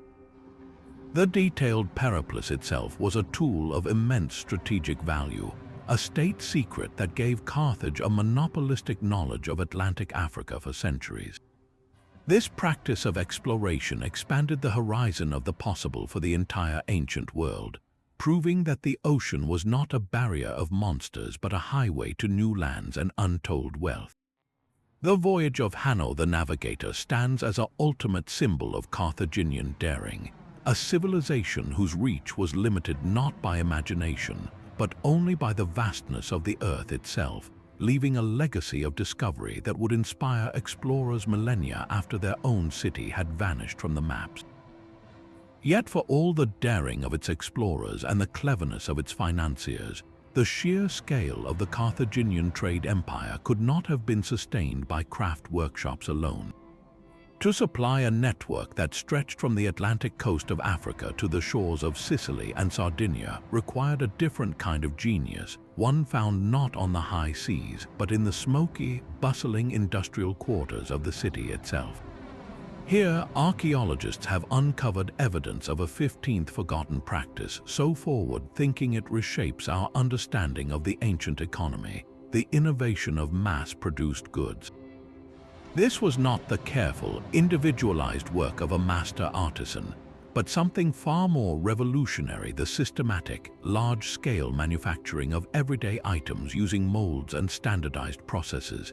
an early form of industrialization that allowed Carthage to flood the Mediterranean with its products and, in doing so, spread its cultural influence far and wide. The evidence for this is etched into the very pottery that litters ancient Mediterranean sites. For centuries, the classic marker of a Phoenician or Carthaginian presence at an archaeological dig has been the distinctive red slip pottery bowls, plates, and jugs with a characteristic shiny red finish. But what's truly remarkable is the sheer uniformity of these items. When you find a Carthaginian plate in a ruin in Spain, and then you find an identical one in Sicily and another in Sardinia, you are not looking at the work of a single itinerant potter. You are looking at the output of a highly organized system. Excavations in Carthage's industrial district, particularly in the area known as the Biasa Hill, have revealed workshops with rows upon rows of identical pottery molds made of fired clay. Artisans would press wet clay into these molds to create perfect, standardized bowls or lamps in a fraction of the time it would take to throw each one individually on a potter's wheel. This assembly line approach, with different workers specializing in different stages molding, firing, dipping in the red slip glaze, meant that these workshops could produce goods on an almost industrial scale. This shift from craftsmanship to manufacturing had a profound economic impact. By standardizing production, Carthaginian workshops could achieve incredible efficiencies, driving down the cost of each individual item. A mass-produced Carthaginian oil lamp, for instance, was cheap, reliable, and universally recognizable.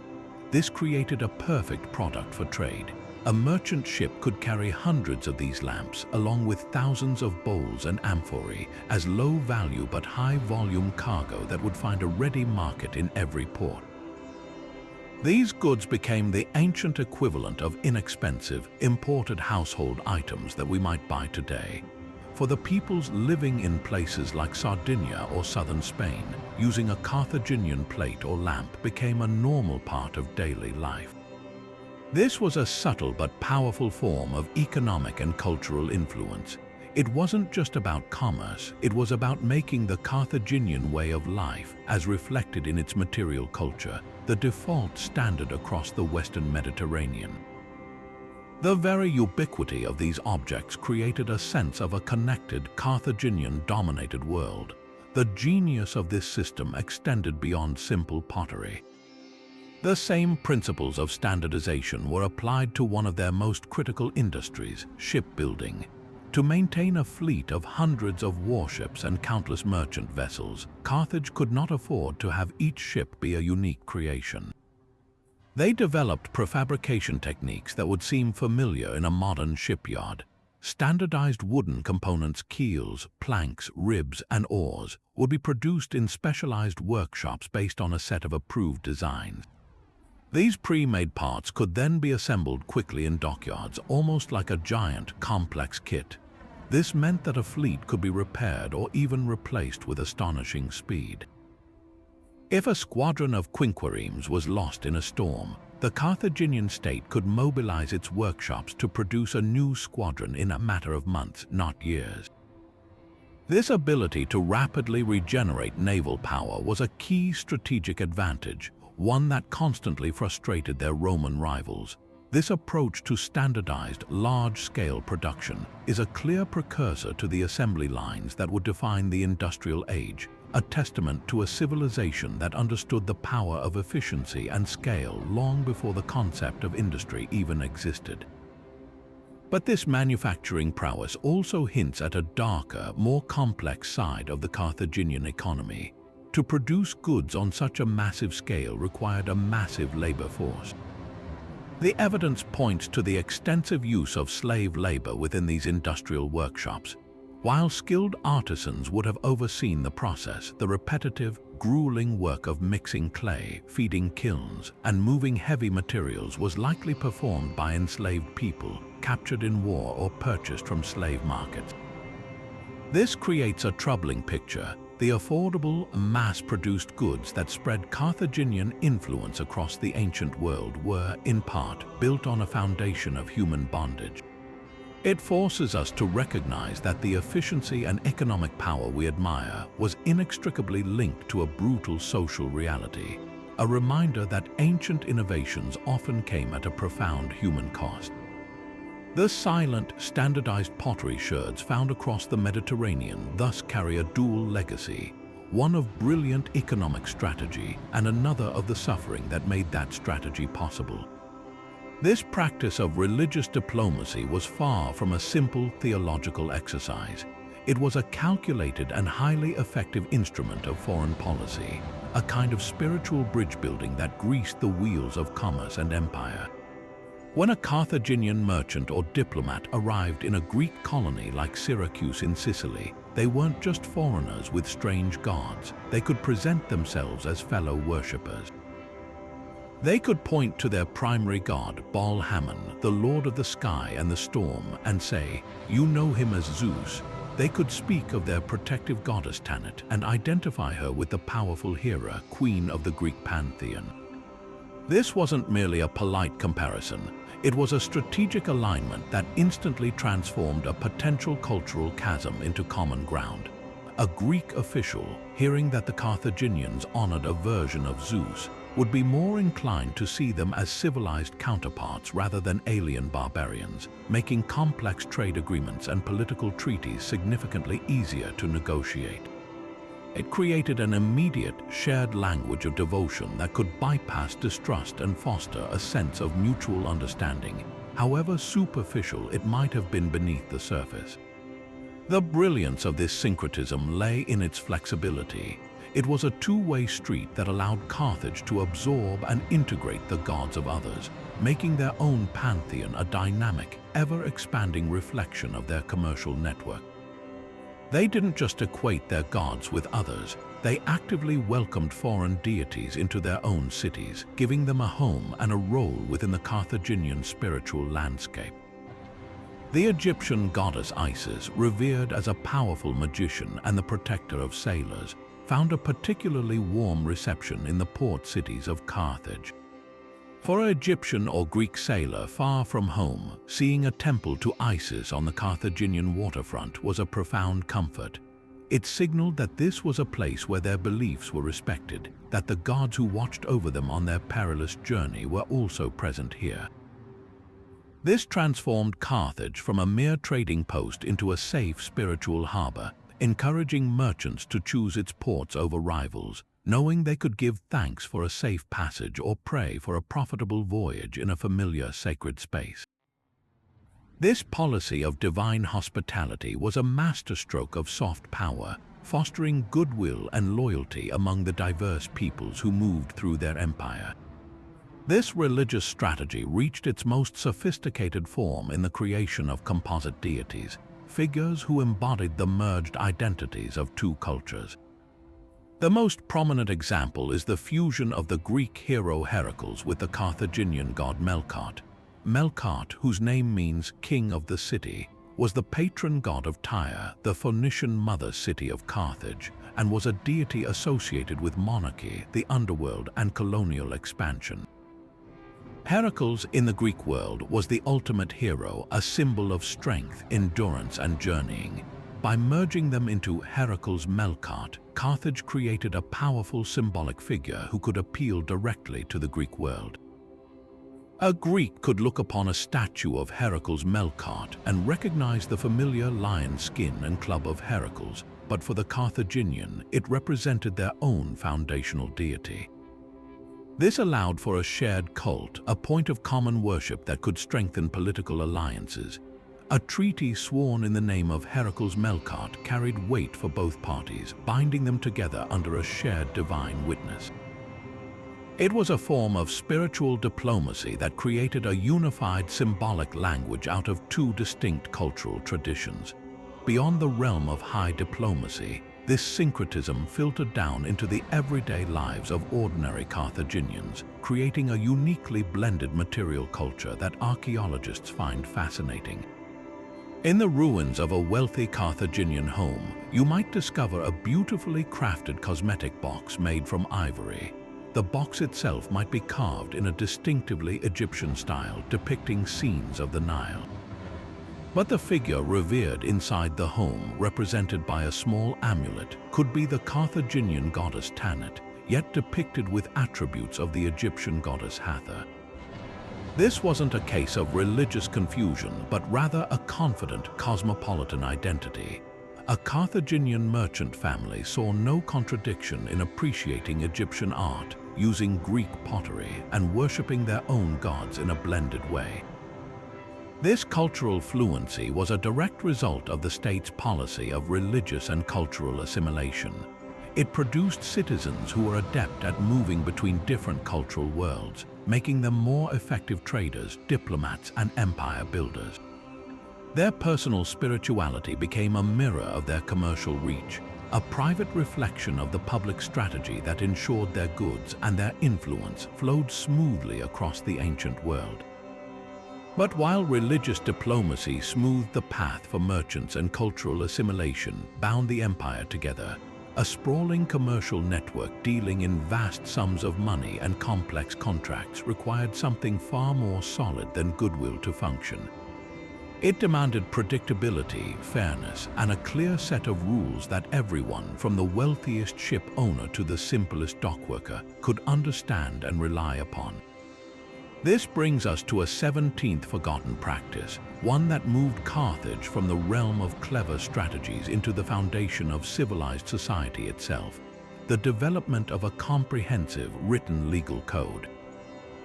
We catch a tantalizing glimpse of this achievement from none other than the Greek philosopher Aristotle, who, while analyzing various political systems, noted with admiration that the Carthaginians had a constitution that avoided civil strife, and crucially, that they had a body of laws so well ordered it governed their complex society with remarkable stability. Imagine the chaotic alternative that was common in the ancient world: rule by the arbitrary decree of a king or a small group of nobles. A dispute over a loan or a damaged cargo could be decided based on the mood of a magistrate or the size of a bribe, creating a system fraught with uncertainty and injustice. For a merchant considering a risky voyage, this legal unpredictability was as dangerous as any storm. Carthage's solution was to codify its laws, to write them down and make them public. This was a revolutionary step. It meant that the rules of commerce, property rights, inheritance, and civil conduct were not secret knowledge held by a privileged few, but a known standard accessible to all citizens. A contract for a bottomry loan, for instance, was not just a private agreement. It was a document enforceable under a publicly understood legal framework. This created the essential trust that allowed capital to flow and commerce to flourish on an enormous scale. A Greek merchant could enter a Carthaginian court with confidence, knowing that the judgment would be based on a published statute, not on whim or bias. The scope of this legal code was undoubtedly vast, tailored to the needs of a maritime trading power. It would have contained detailed regulations governing every aspect of seafaring and trade, the responsibilities of ship captains, the liability for lost or damaged goods, the standard weights and measures to be used in ports, and the procedures for resolving disputes between merchants of different nationalities. But its reach almost certainly extended deep into the fabric of daily life. Laws concerning property rights would have been meticulously defined, crucial in a society where wealth was based on land, workshops, and ships. Inheritance laws would have been particularly complex and important, ensuring that the vast commercial fortunes built by trading families could be passed down smoothly from one generation to the next without destabilizing the state. There were likely even sumptuary laws regulating displays of wealth and building codes that dictated the construction of homes and warehouses in a crowded city, a necessity for preventing fires and maintaining public order. The very existence of such a code points to a sophisticated legal profession within Carthage. There must have been scribes who specialized in drafting contracts and advocates who represented parties in court, individuals who were experts in interpreting the intricate language of the law. This professionalization of justice is a hallmark of an advanced society. It moves conflict resolution from the streets or the palace into a structured forum, depersonalizing power and replacing violence with litigation. This legal framework was the invisible skeleton that held the Carthaginian body politic together, providing the stability that allowed its economic and cultural muscles to operate with such efficiency. It ensured that the immense energy of its people was channeled into productive enterprise rather than internal squabbling. The profound influence of this concept, however, lies in its transmission. When Rome defeated Carthage, they famously destroyed the city, but as with Mago's agricultural manual, they were pragmatic enough to see the value in some of its institutions. The idea of a comprehensive, written legal code that applied to citizens and foreigners alike was absorbed into the Roman legal mind. The Romans would later develop this concept into one of their greatest contributions to civilization. Roman law, with its distinctions between ius civile for citizens and ius gentium for dealings with foreigners. This Roman legal system, in turn, became the direct ancestor of the civil law traditions that form the basis of legal systems across most of Europe, Latin America, and beyond.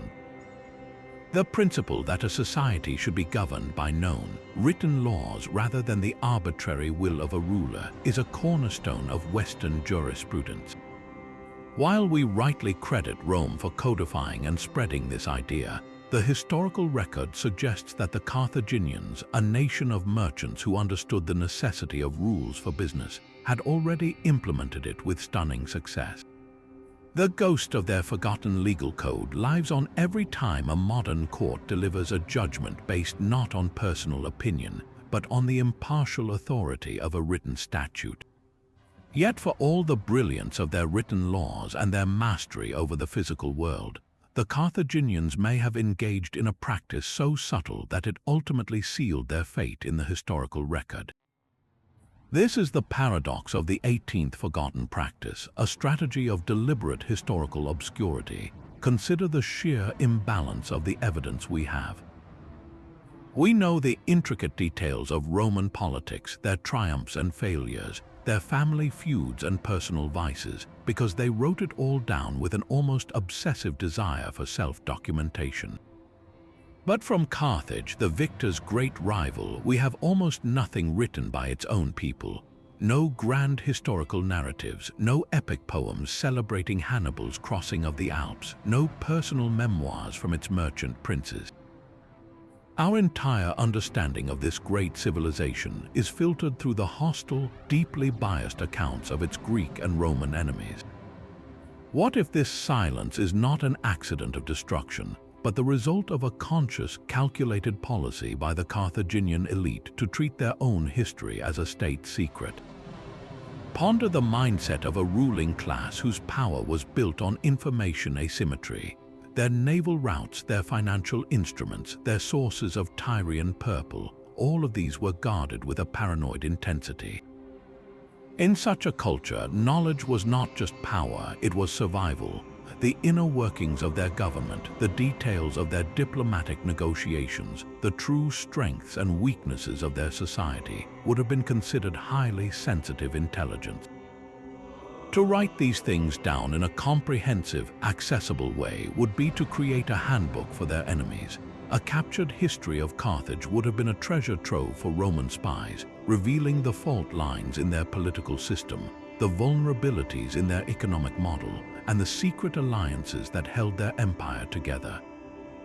For a people who understood the value of secrets better than anyone, the most dangerous secret of all might have been the full, unvarnished story of themselves. This practice of deliberate obscurity can be seen as an ultimate form of counterintelligence, an attempt to protect the state by rendering it a mystery to the outside world. This culture of secrecy would have been reinforced by the very structure of their merchant aristocracy. Power and knowledge were likely concentrated within specific, powerful families who passed down their expertise in navigation, in finance, in foreign diplomacy orally from one generation to the next. This oral tradition creates a flexible, deniable, and secure method of transmission. A spoken secret dies with its keeper. A written one can be copied, stolen, and used against you. The state's most vital operational knowledge probably resided not in public libraries, but in the memories of a select few. This system had served them well for centuries, allowing them to maintain their commercial monopolies. Why would they treat the narrative of their own past any differently? The story of Carthage may have been considered just another piece of proprietary information, too valuable to be committed to papyrus where any foreign trader or spy might get a hold of it. The tragic irony, of course, is that this strategy of self-erasure designed to protect them in life doomed them in death. When the Roman legions finally broke through the walls, they were not just destroying a city, they were silencing a civilization that had already chosen to be silent. The Romans, who were meticulous in looting and preserving the technical knowledge they found valuable, like Mago's agricultural manual, would have found little else of Carthage's own voice to preserve. The practice of deliberate obscurity, which had been a shield for so long, became a self-inflicted wound of historical annihilation. They ensured their enemies would be the only ones left to tell their story. The Roman historians, men like Polybius and Livy, then filled the void with a caricature, a nation of cruel, deceitful merchants who practiced child sacrifice, a narrative that served to justify Rome's own brutal destruction and that has shaped our perception of Carthage for 2 millennia. This forgotten practice represents a breathtakingly early and sophisticated form of information control. It forces us to consider history not just as a record of what happened, but as a weapon and a vulnerability. The Carthaginian elite understood that controlling the narrative is a component of power, a lesson that resonates deeply in our own age of disinformation and digital archives. In their decision to remain silent, they left behind a different kind of legacy, a cautionary tale about the price of secrecy. By trying to hide their truth from their enemies, they ultimately hid it from us all, ensuring that the story of one of the ancient world's most innovative civilizations would be written not by its own people, but by the very forces that sought to erase it from the earth. Yet to wield power across such vast distances, Carthage needed more than just financial acumen and clever diplomacy. It required the ability to equip its formidable mercenary armies with the finest tools of war. This brings us to a 19th forgotten practice, one that operated in the fiery heart of the city's industrial quarters, a state-driven system of advanced metallurgy and arms manufacturing that turned raw ore into a decisive military advantage. While Rome's legions were famously equipped by a decentralized network of private contractors, Carthage appears to have pioneered a more centralized approach, establishing large-scale workshops dedicated solely to producing standardized, high-quality weapons and armor. This was not cottage industry. It was the ancient world's closest approximation to a military-industrial complex, ensuring that every soldier from Iberia or Gaul was armed with equipment that was both lethal and reliable. The foundation of this prowess was their access to and mastery over metals. Carthage controlled some of the richest silver mines in the ancient world in southern Spain, but their quest for wealth also granted them immense quantities of iron, the essential material of war. Yet not all iron is created equal. The Carthaginians moved beyond simple wrought iron, which could be soft and brittle, by perfecting advanced techniques for producing steel. Through a process of careful carburization, they would heat wrought iron in a charcoal-fired furnace for extended periods. This allowed carbon atoms from the charcoal to seep into the surface of the iron, creating a much harder, more durable steel edge. This superior material was then skillfully worked by smiths who understood the art of differential hardening. They could temper a sword blade to be hard and sharp enough to hold a lethal edge, while keeping the core of the weapon softer and more flexible, preventing it from shattering on impact with a shield or another blade. The result was a weapon that was both deadly and dependable, a crucial factor for a professional soldier whose life depended on the quality of his arms. We can see the output of this sophisticated system in the archaeological record. particularly in the form of the iconic falcata, a devastating curved sword adopted from the Iberian peoples but perfected in Carthaginian workshops. This weapon was a masterpiece of ergonomics and brutality. Its heavy, curved blade concentrated the force of a blow onto a small area, making it capable of shearing through helmets, shields, and bone. The hilt was often cleverly designed to hook over the user's forearm, providing greater control and preventing it from being easily knocked from the hand in the chaos of combat. Similarly, Carthaginian armorers produced large quantities of mail shirts, a complex and time-consuming armor made from interlocking iron rings that offered excellent protection without sacrificing mobility. The mass production of such advanced equipment for thousands of soldiers points to a highly organized system with specialized laborers, each mastering one step of the process, from drawing wire and weaving rings to forging and sharpening blades. This centralized control over arms manufacturing provided a critical strategic edge. It guaranteed a consistent standard of quality across the entire army, ensuring that a Celtic warrior hired in Gaul and a Numidian cavalryman from North Africa were equipped with equally effective gear. This interoperability was vital for the combined arms tactics that Carthaginian generals like Hannibal employed so brilliantly. Furthermore, it allowed for rapid re-equipment and resupply. After a major battle, a general could send orders back to Carthage for specific numbers of replacement swords, javelin heads, or armor, confident that the state workshops could meet the demand according to a pre-established template. This logistical capability meant that a Carthaginian army could recover its fighting strength much faster than an adversary reliant on a patchwork of local smiths. The legacy of this martial ingenuity, like so much of Carthage's knowledge, was absorbed by its conqueror. When Roman legions eventually clashed with Carthaginian forces, they encountered weaponry and armor that in some cases surpassed their own. The Romans were pragmatic imitators. They saw the effectiveness of the Spanish sword and adapted its design into their own famed gladius, the weapon that would conquer the Mediterranean world. The techniques for producing quality steel on a large scale, refined in the fires of Carthaginian forges, were integrated into the Roman military supply chain, contributing directly to the equipment that sustained their empire for centuries. In this way, the ghost of Carthage's arms industry marched on in the very legions that had destroyed its home, its forgotten metallurgical secrets forged into the swords that built the Roman world. But to administer an empire of such breathtaking scope, where news from a trading post in Sardinia could mean the difference between profit and catastrophe, Carthage needed to solve a problem even more fundamental than building ships or minting coins: the problem of time. In an age without radio or telegraph, information could only travel as fast as a ship could sail or a horse could run.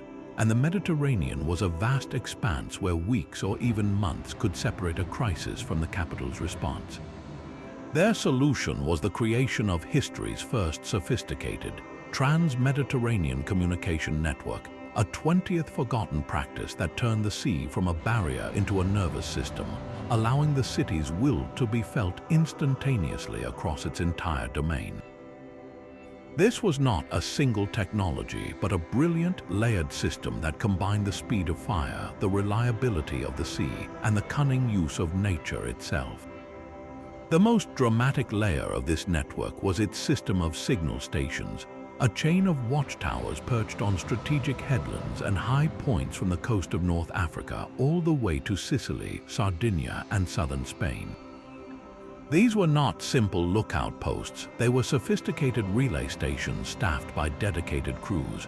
By day, they used columns of smoke, creating specific patterns, perhaps a single plume for an approaching merchant fleet, 3 for a potential pirate raid. But it was under the cloak of night that the system truly came to life. Using large, shielded fire baskets, the watchers could send complex messages with bursts of light. A short flash might signal all is well, while a sustained blaze could indicate a military emergency, a call for reinforcements, or the sighting of a hostile fleet. The beauty of this optical telegraph was its speed. A message that would take a fast ship days to carry could leap from Sicily to the walls of Carthage in a matter of hours, traversing hundreds of miles in the blink of an eye. This gave the Carthaginian Senate a decisive advantage, allowing them to coordinate naval movements and respond to threats with a speed that their rivals could never anticipate, making their defense appear clairvoyant. For more complex information that couldn't be reduced to simple pre-arranged signals details of a broken treaty, the specific tonnage of a silver shipment, the political demands of a local chieftain, Carthage relied on a fleet of specialized, ultra-fast messenger ships. These vessels, likely sleek, multi-oared galleys known as galleoi, were the express couriers of the ancient world, stripped of bulky cargo holds to maximize speed, and manned by the most skilled crews. These ships could slice through waves at a pace that regular merchantmen could not match. They operated on fixed schedules along the busiest sea lanes, creating a reliable postal service for the state and its wealthy merchant families. The existence of these dedicated ships points to a highly organized admiralty with its own intelligence corps. A captain in Sicily facing a potential Greek attack didn't have to commandeer a random vessel. He could dispatch an official state messenger whose very arrival in the harbors of Carthage would signal the urgency of the scrolls he carried. This system ensured that strategic decisions were based on timely, accurate information, preventing the empire from being governed by rumors and outdated reports. There is also tantalizing, though more debated, evidence that the Carthaginians may have employed an even more astonishing technology: carrier pigeons. The historian Diodorus Siculus mentions that the Carthaginian general Hamilcar, during a campaign in Sicily, used homing pigeons to receive messages, a practice he may have learned from the Persians or Egyptians. While the evidence is not as solid as for signal fires, the concept fits perfectly with their logistical genius. Pigeons possess a remarkable natural ability to return to their home loft over immense distances. A Carthaginian ship embarking on a long voyage could carry a crate of pigeons from a loft in the city. Upon reaching a distant colony, a commander could tie a tiny, lightweight message to a pigeon's leg and release it. The bird would fly directly home, bypassing storms, pirates, and all the hazards of the sea, delivering its vital intelligence in a fraction of the time. The use of such a natural, seemingly magical method would have been the ultimate expression of their desire to conquer not just space, but time itself, creating an information channel that was virtually unstoppable. The true power of this network, however, lay in its integration. It was a multi-layered web where each method complemented the others. A signal fire from a watchtower in western Sicily might flash a general alert: hostile fleet sighted. This would put the Carthaginian navy on immediate standby. Hours later, a fast messenger ship would arrive with the details. 30 Greek triremes heading west from Syracuse, estimated arrival at Lilybaeum in 2 days. And if the commander on the scene had access to pigeons, a third message might follow with even more precise tactical updates. This flow of information created a decision-making cycle that was generations ahead of its time. It allowed Carthage to practice a form of centralized command with decentralized execution. The home government could set broad strategy, while provincial governors and admirals could act with confidence, knowing that they were operating with the most current intelligence available. This communication supremacy was the invisible glue that held their commercial empire together, ensuring that a disturbance in a far-off corner of their world could be felt and addressed in the heart of the capital before their competitors even knew it had happened. In an era of slow-moving information, Carthage had found a way to make the Mediterranean feel small, a feat that would not be matched until the invention of the electric telegraph 2,000 years later. Now we turn from the tangible systems of communication and warfare to a far more mysterious realm, the spiritual heart of Carthage that beat to a rhythm of death and rebirth. Deep within the annual calendar of the city, there was a ceremony so potent, so central to the identity of the state. that its echoes can be traced through the religious history of the Western world. This was the ritual of the Feast of the Dying God, a public spectacle closely tied to the worship of Baal and later Melkart, which enacted a drama of symbolic death and resurrection to reaffirm the very contract between the people, their rulers, and the cosmos itself. Imagine the scene as the season turned. The city would gather not in mourning but in a state of heightened anticipation. At the center of the ritual was likely a statue or a sacred effigy of the god, perhaps Melkart, the king of the city, who was not just a patron deity but a symbol of the state's vitality. The ceremony would unfold in a powerful theatrical sequence. First, there would be a period of loud, chaotic lamentation, a public outpouring of grief for the dying god. This was more than performance. It was a collective catharsis, a shared acknowledgement of the fragility of life and the threat of chaos. The god's death symbolized the potential for drought, for failed harvests, for the collapse of the social order. By participating in this grief, every citizen, from the highest Sufite to the simplest dockworker, shared in the vulnerability of the community. But this death was never the end. After the period of darkness and mourning, the ritual would climax with a triumphant reversal. Through incantations, sacred fires, or the intervention of priests, the god would be restored to life. The lamentations would cease, replaced by ecstatic celebration, feasting, and shouts of joy. This resurrection was not just a happy ending, it was a cosmic reboot.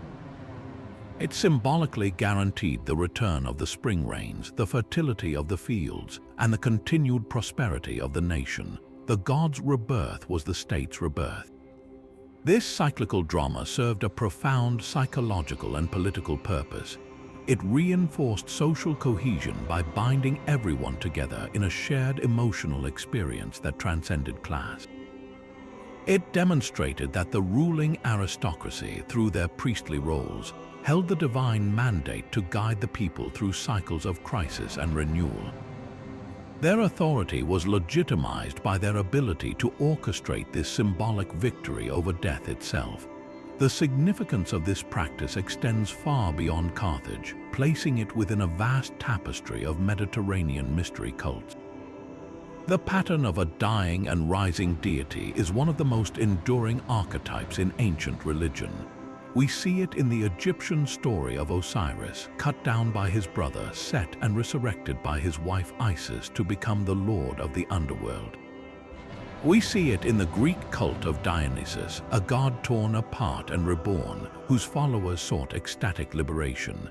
The Carthaginian feast of the dying god was a powerful local incarnation of this universal theme.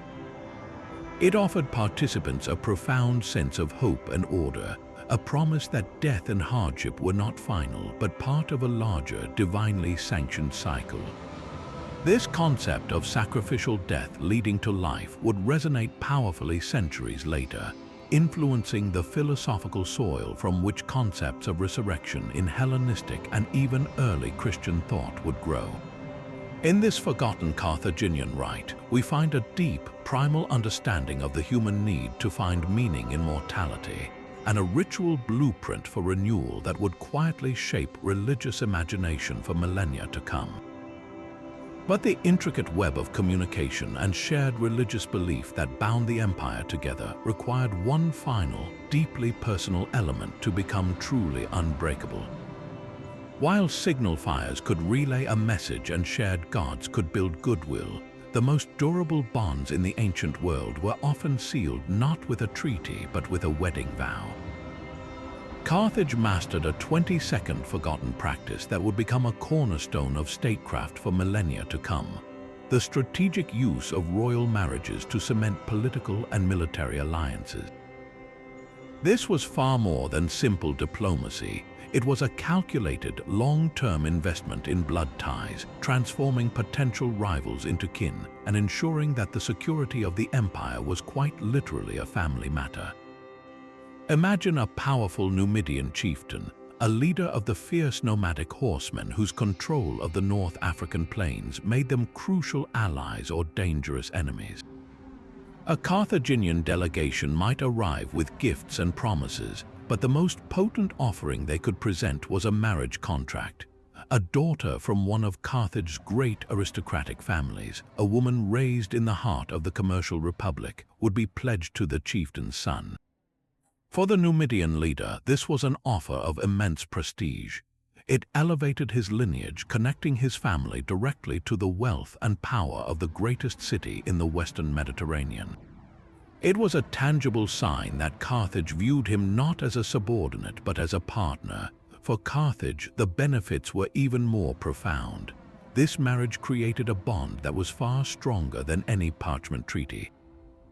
A chieftain would be far less likely to raid Carthaginian supply lines or ally with their Greek rivals if his own grandson was half Carthaginian and potentially a future leader with loyalties to both peoples. It was a strategy that placed a piece of Carthage directly within the ruling house of a neighboring power. This practice was applied with meticulous strategy across their sphere of influence. In Iberia, where Carthage sought to control the vital silver mines, marriages were arranged between Carthaginian commanders and the daughters of local Iberian chieftains. The Barca family, Hamilcar and his sons Hannibal and Hasdrubal, were masters of this art. By marrying into the leading families of the tribes they were conquering or co-opting, they did more than just secure temporary peace, they built a local power base. An Iberian nobleman whose daughter was married to the famous Hannibal Barca now had a vested interest in his son-in-law's success. His tribesmen would fight more loyally under a general who was family. This web of intermarriage helped to stabilize Carthaginian rule in a foreign land, providing a network of local support that was essential for supplying their armies during the long campaigns of the Punic Wars. The true genius of this system lay in its creation of a pan-Mediterranean aristocracy, a networked elite whose loyalties transcended narrow ethnic or political boundaries. A Carthaginian merchant in Sicily might have a cousin married to a Sardinian chieftain and a brother-in-law serving as an officer in a Numidian cavalry unit. This created a powerful class of individuals who saw their own fortune as inextricably linked to the success of the Carthaginian system as a whole. Decisions about war and peace were no longer abstract matters of state policy. They directly impacted the fortunes of one's extended family. This network also served as an incredibly effective intelligence-gathering apparatus. Family members could share information across vast distances with a level of trust that professional spies could never match, giving Carthaginian leaders an intimate understanding of the political undercurrents in rival kingdoms. When we contrast this approach with the Roman method of alliance, the difference is stark. Rome typically bound other nations to it through legal treaties and the implied threat of overwhelming military force. These alliances were often maintained through fear and a clear hierarchy. The Carthaginian model, by contrast, sought to create a horizontal network of mutual interest. It was a form of soft power that built allegiance through integration and shared future prospects rather than through sheer dominance. This is not to say it was purely altruistic. It was a cold, calculated strategy. But it was a strategy that recognized the enduring power of family bonds.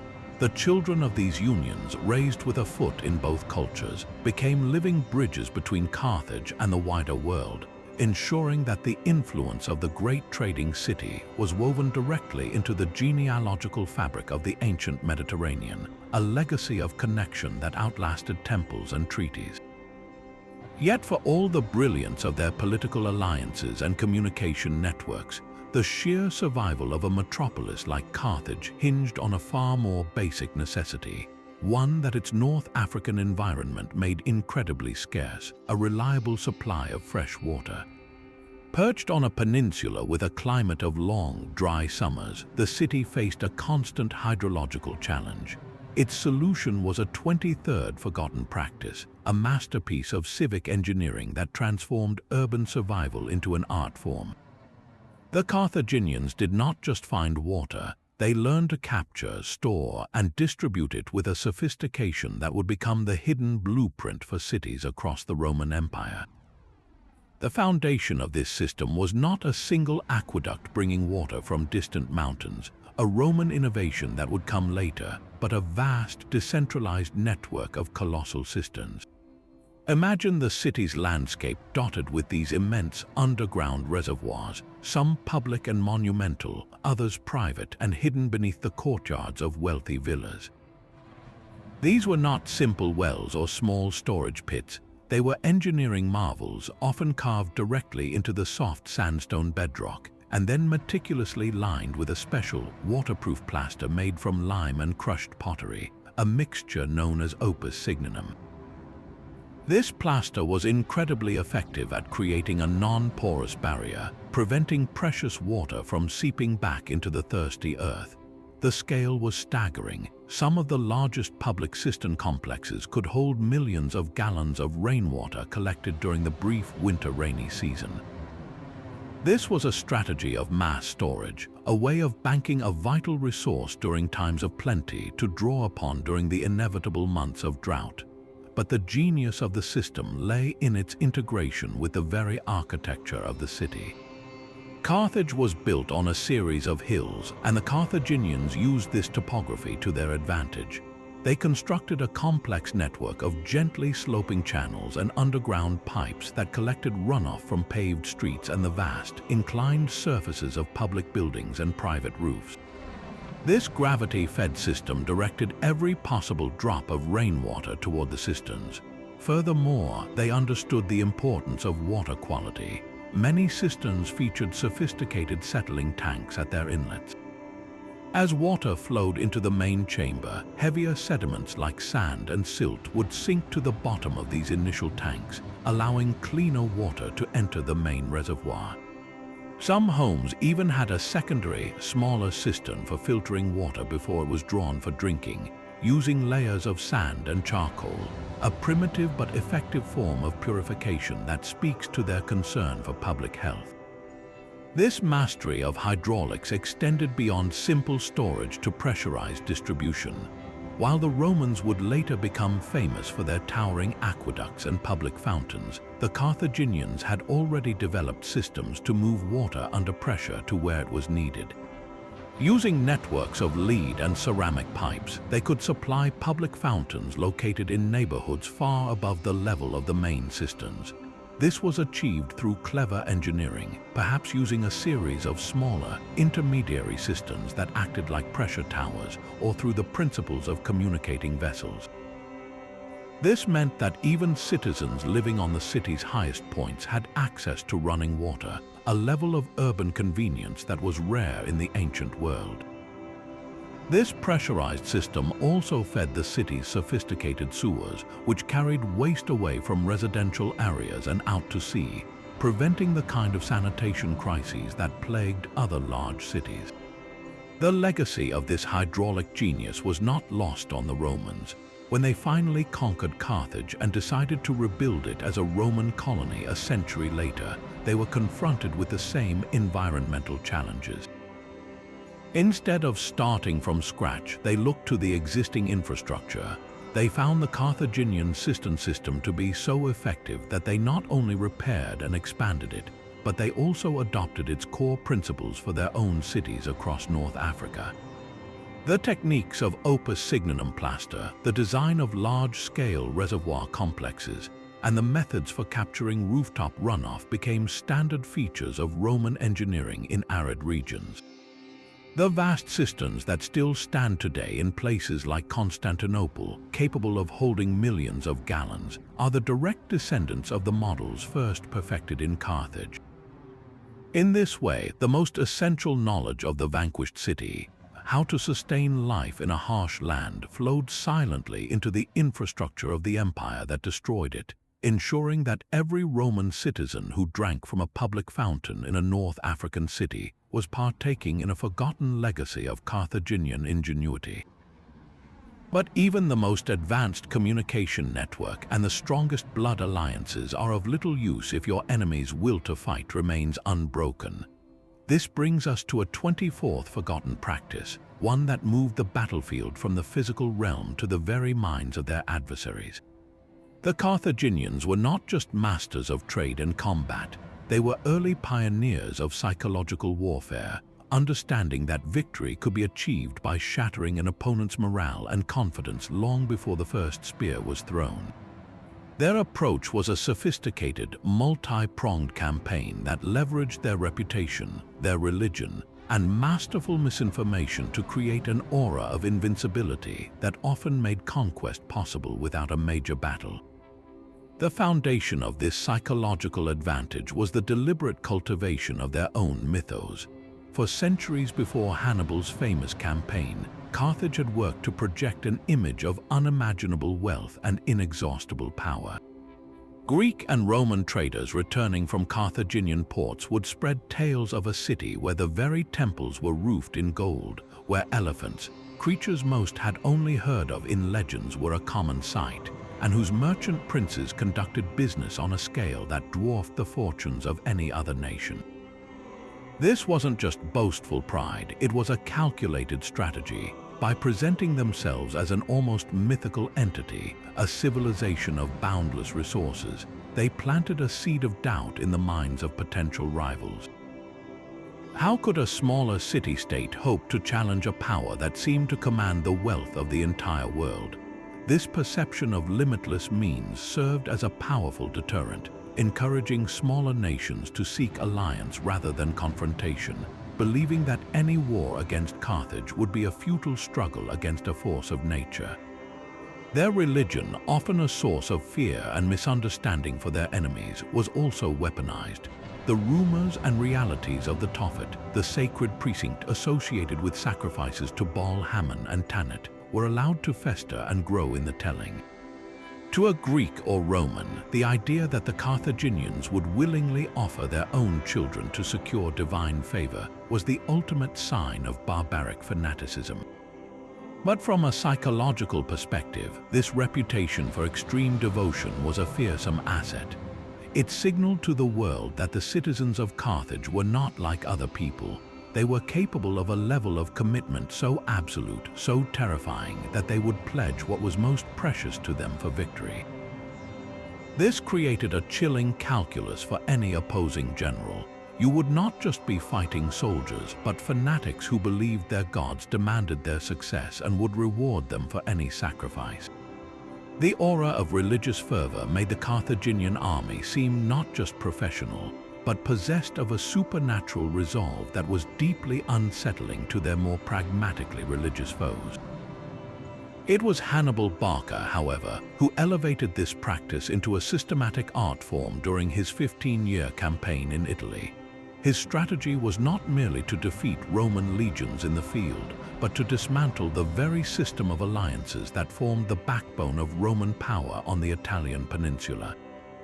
After his stunning victory at Cannae, where he annihilated a massive Roman army, Hannibal did not march directly on Rome. Instead, he embarked on a deliberate propaganda campaign aimed at Rome's Italian allies.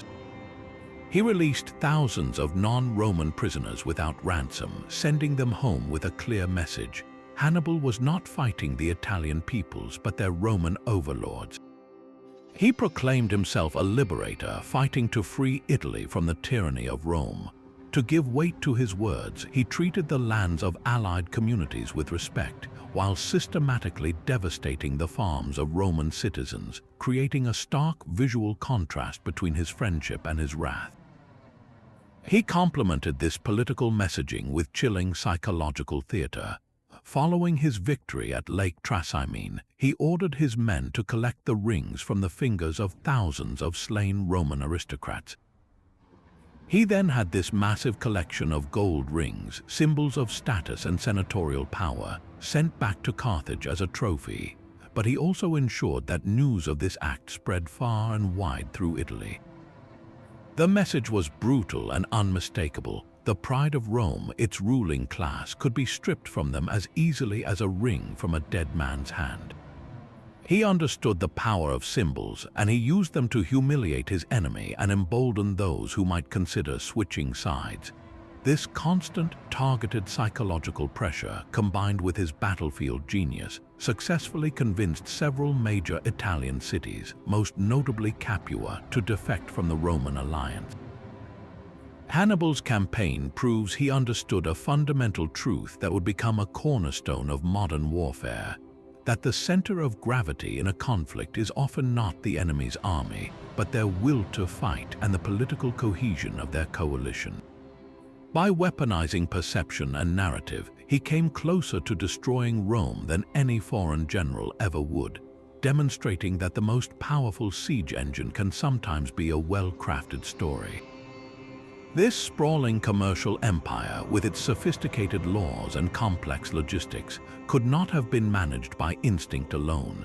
It required a deep reservoir of knowledge, a shared intellectual framework that ensured every generation of leaders and traders was equipped to steer the state. The evidence, pieced together from scattered references and the sheer competence of Carthaginian administration, points to a 25th forgotten practice so fundamental it powered their entire system: the institution of formal, state-supported education for the elite. Unlike many ancient societies where skills were passed down haphazardly within families, Carthage appears to have developed a structured system of schooling for the sons of its aristocratic and merchant classes, creating a cadre of highly literate, multilingual, and numerically adept individuals who formed the administrative backbone of their commercial dominion.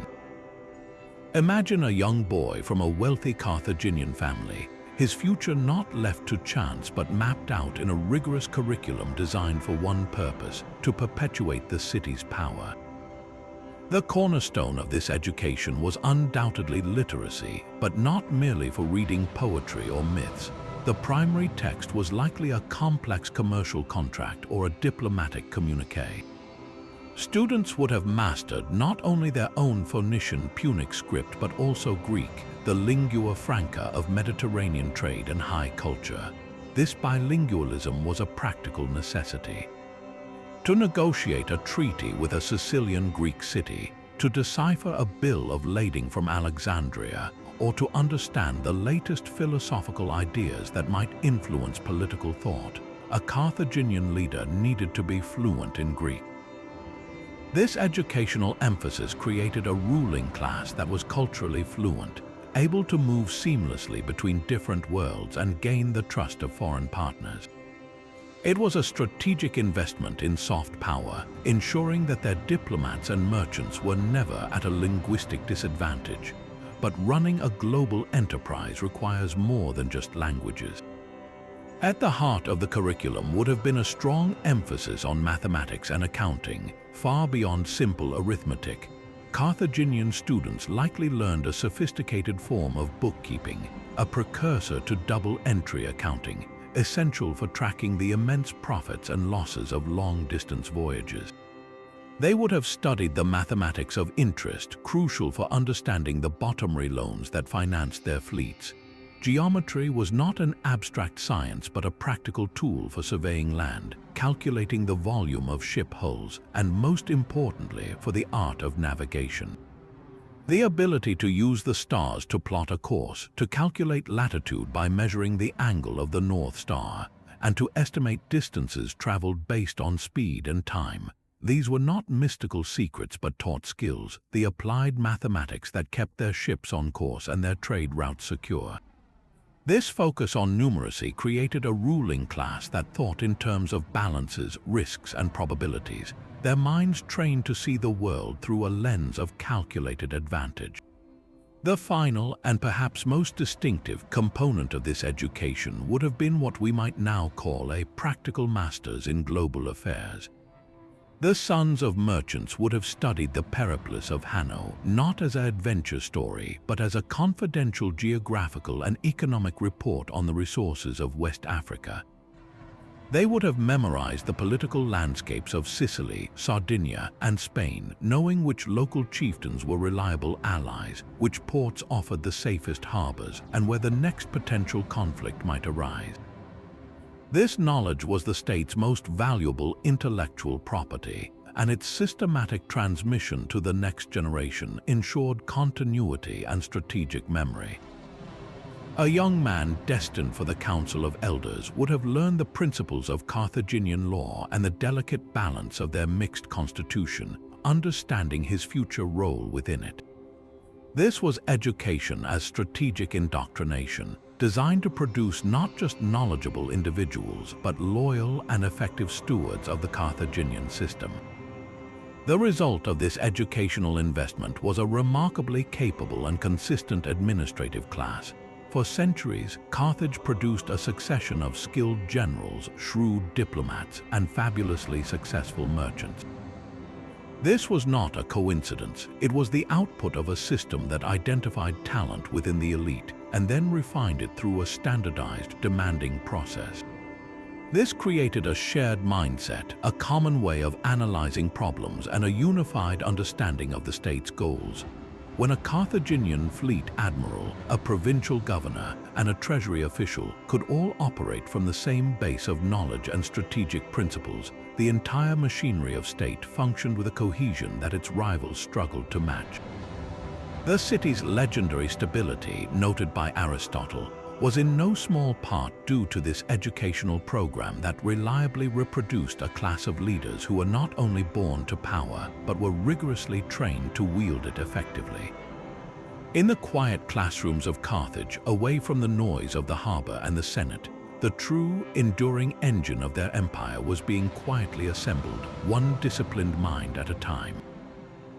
But for all the intellectual training of its elite and the psychological cunning of its generals, the day-to-day engine of the Carthaginian trade empire ran on something far more mundane, yet absolutely critical: trust in the most basic transactions. Picture the chaotic scene of a bustling Mediterranean port in the ancient world.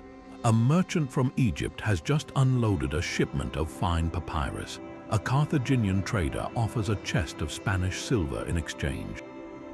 But how does the Egyptian know the chest contains the promised amount of silver?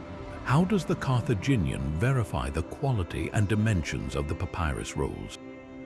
Without a common standard, every deal would descend into suspicion, haggling, and potential conflict. The solution, and our 26th forgotten practice, was the creation and enforcement of a standardized system of weights and measures, an innovation so fundamental it became the invisible grammar of their commercial language, with the humble shekel as its cornerstone. The Carthaginian system was built upon a unit with a long history in the Near East, the shekel. But Carthage didn't just adopt it, they perfected and institutionalized it, turning it into a universally recognized benchmark across their sphere of influence. A shekel was originally a unit of weight, not a coin. It was equivalent to a specific mass of precious metal, typically silver. The Carthaginians established an official standard for this weight, likely embodied in a set of master weights made of polished stone or bronze, kept under guard in a central temple or government building, much like the official kilogram is today. From this master shekel, all other standard weights were derived: the mina, which was 60 shekels, and the talent, which was 60 minas. This sexagemal system was elegantly consistent, making complex calculations easier for merchants and tax collectors alike. But the true genius was in its application to volume and length as well. The standard shekel weight of silver could be used to define a standard volume of a key commodity, like grain or olive oil. A specific amphora, the ceramic jar used for transporting liquids, would be manufactured to hold a precise volume known as a measure, which was equivalent in value to a certain number of shekels of silver.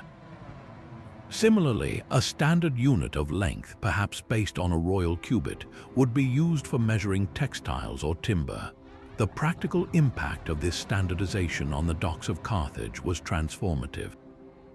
Imagine a customs inspector at the city's great harbor. A ship from Sardinia arrives laden with barrels of salt.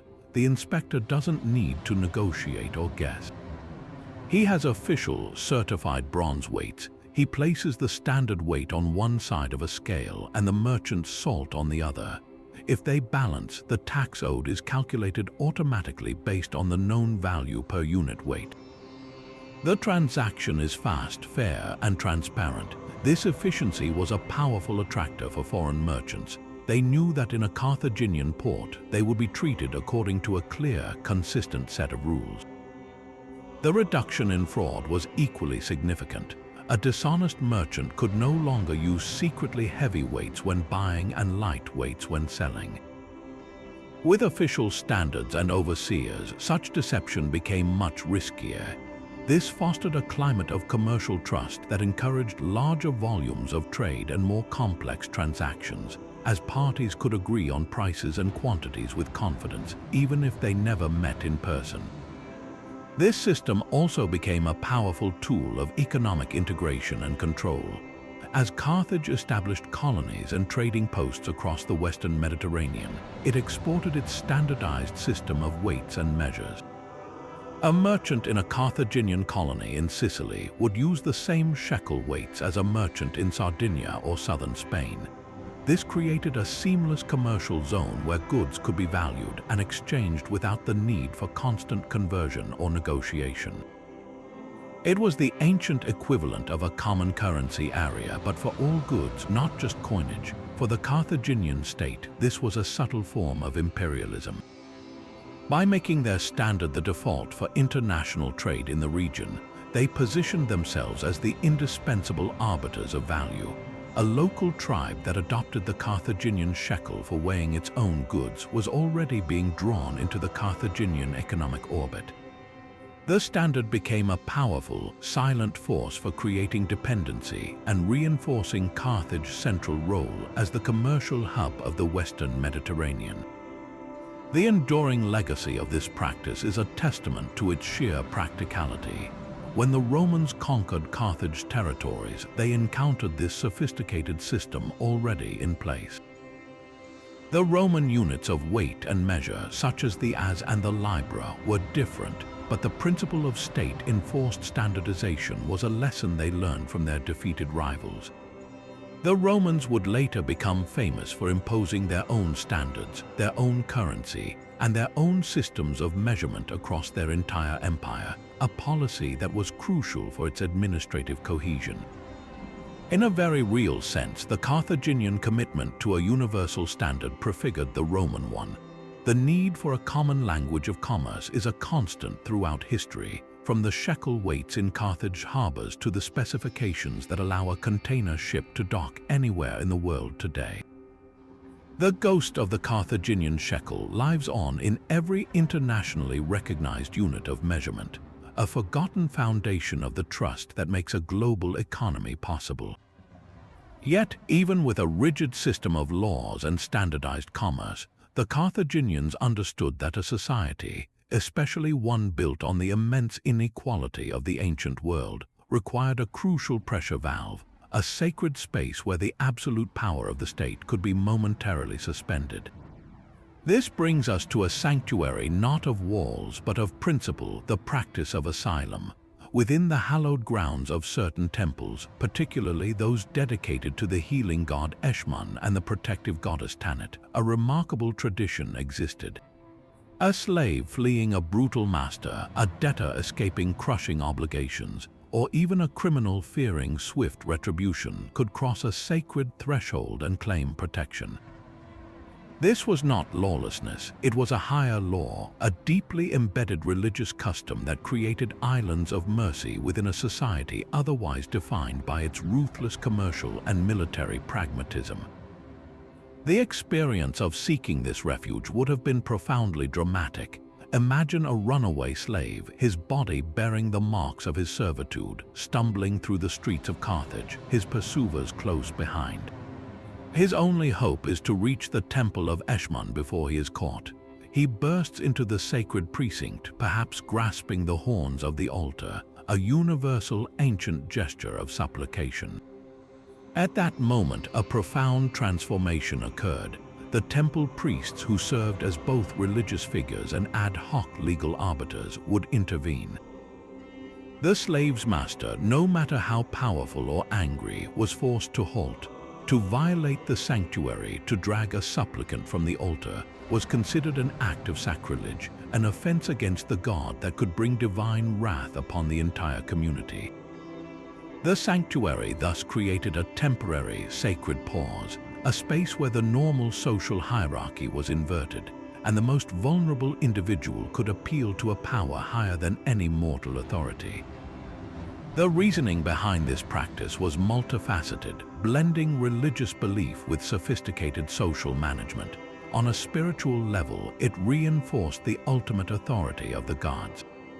By granting asylum, the state was acknowledging that its power was subordinate to divine will.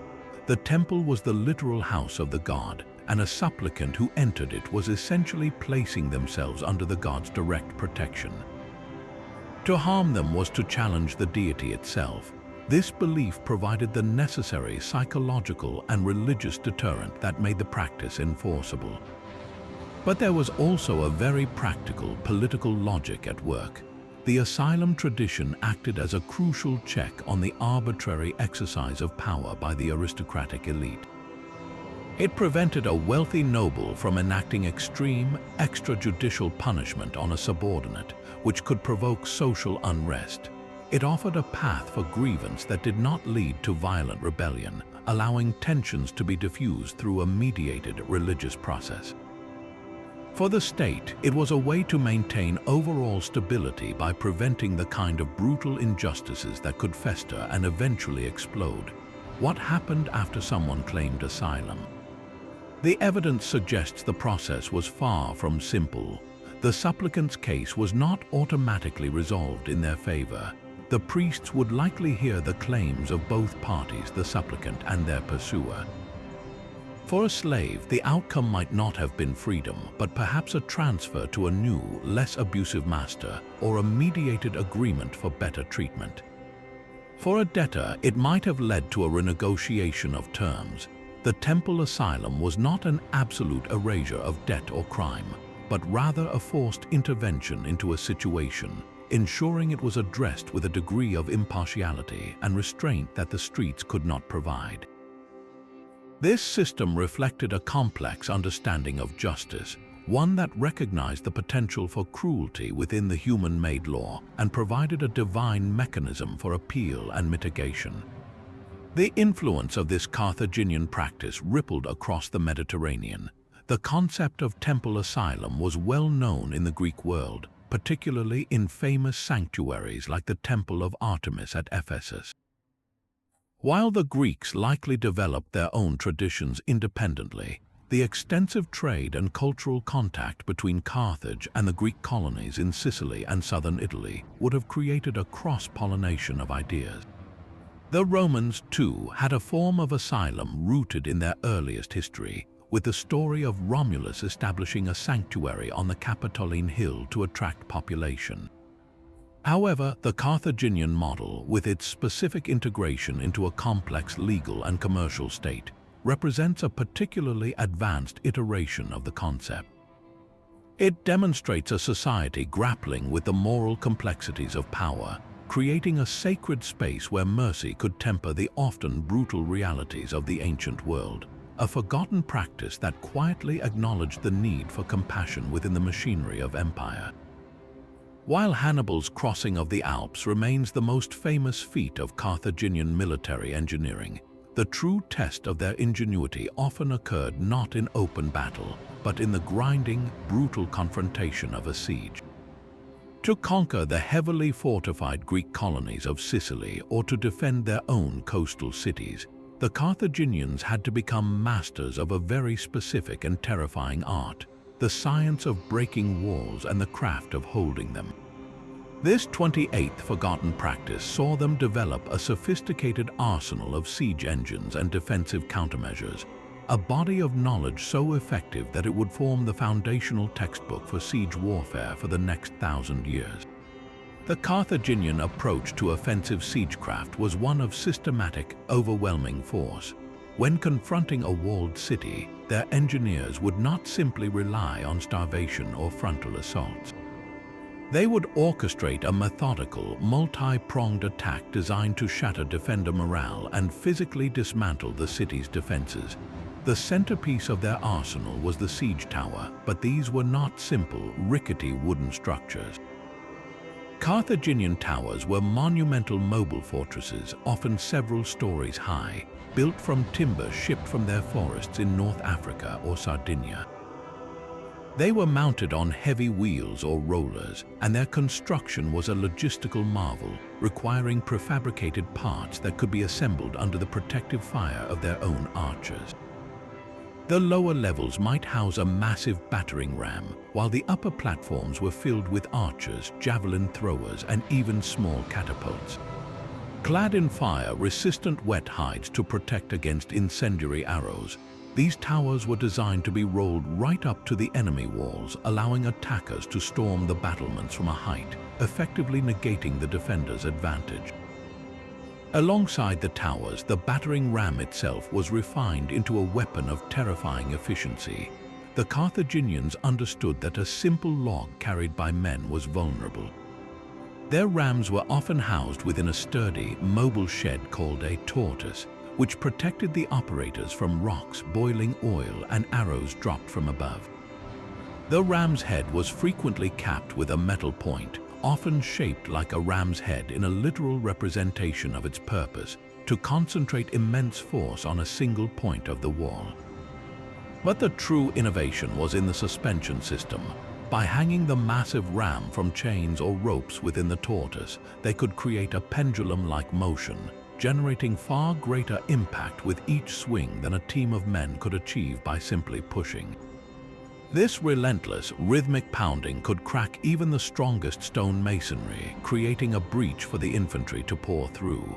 The sound of a Carthaginian ram striking a gate, a deep, resonant boom repeated over and over, became a sound of pure psychological terror for a besieged population. Yet for a nation of merchants whose wealth was stored in coastal cities, expertise in attack was meaningless without an equal genius for defense. The Carthaginians were, if anything, even more innovative in the art of fortification and counter-siege tactics. Their home city of Carthage itself was a masterpiece of defensive engineering, protected by a famous triple wall. The outermost wall was a staggering 13 meters high and 9 meters thick, with enough room on top for a 4-horse chariot to race along its length. This was not just a barrier, it was a layered defensive system. It featured multiple stories, with the lower levels housing stables for 300 elephants and 4,000 horses, and the upper levels containing barracks for thousands of soldiers. This meant the city's primary defensive force could be housed within the wall itself, ready to respond to any threat instantly. When an enemy army finally arrived, the defenders did not simply wait passively. They employed a range of clever countermeasures to foil the attackers' plans. To counter siege towers, they would use artillery of their own, large ballistae and catapults mounted on the walls to pummel the approaching structures with heavy stones. They also developed burning baskets, containers filled with flammable material that could be lowered down the outside of the wall directly onto the wooden towers and tortoises below. Against battering rams, they used ingenious grappling hooks to try and catch the ram's head, pulling it sideways to spoil its rhythm. Perhaps the most brutal counter tactic was the mouse hole. A sudden, surprise sally port opened in the base of the wall from which a company of elite soldiers would rush out to attack the unprotected crews operating the siege engines, destroying the tools of their own destruction before retreating safely back inside. The ultimate legacy of this Carthaginian mastery, as with so much of their knowledge, was its adoption and propagation by their Roman conquerors. The Romans, who began as a nation of heavy infantry with little expertise in complex siegecraft, learned these techniques the hard way through decades of grueling warfare against Carthaginian forces in Sicily. They saw the effectiveness of the towers, the rams, and the sophisticated fortifications. After Carthage's fall, Roman military engineering absorbed these principles completely. The siege tactics that Julius Caesar employed so brilliantly against the Gauls, the massive fortifications built along the Roman frontiers like Hadrian's Wall, all owe a direct debt to the methods pioneered by Carthaginian engineers. This knowledge was then preserved in Roman military manuals, which were studied throughout the Middle Ages. The great stone castles of Europe and the trebuchets and siege towers used to assault them were the technological descendants of the engines first built outside the walls of Sicilian cities by Carthaginian armies. In the relentless, brutal dialogue between the wall breaker and the wall holder, the ghost of Carthage engineers whispered the first decisive words. But even with walls of stone and weapons of steel, the Carthaginian state understood that its most formidable enemy might not be a foreign army, but the simmering discontent of its own people. In a society built on such stark inequalities between the merchant aristocracy and the common citizens, between Carthaginians and their subjects, the potential for internal rebellion was a constant threat. Their solution was a 29th forgotten practice, a chillingly pragmatic ritual that served as the ultimate pressure valve for social unrest. When a major military defeat struck, or a plague ravaged the city, or a drought threatened famine, the populace would inevitably look for someone to blame. Instead of letting this anger spiral into chaos, the Carthaginian elite had a formalized, brutal mechanism to redirect it: the ritual scapegoating of their own failed leaders.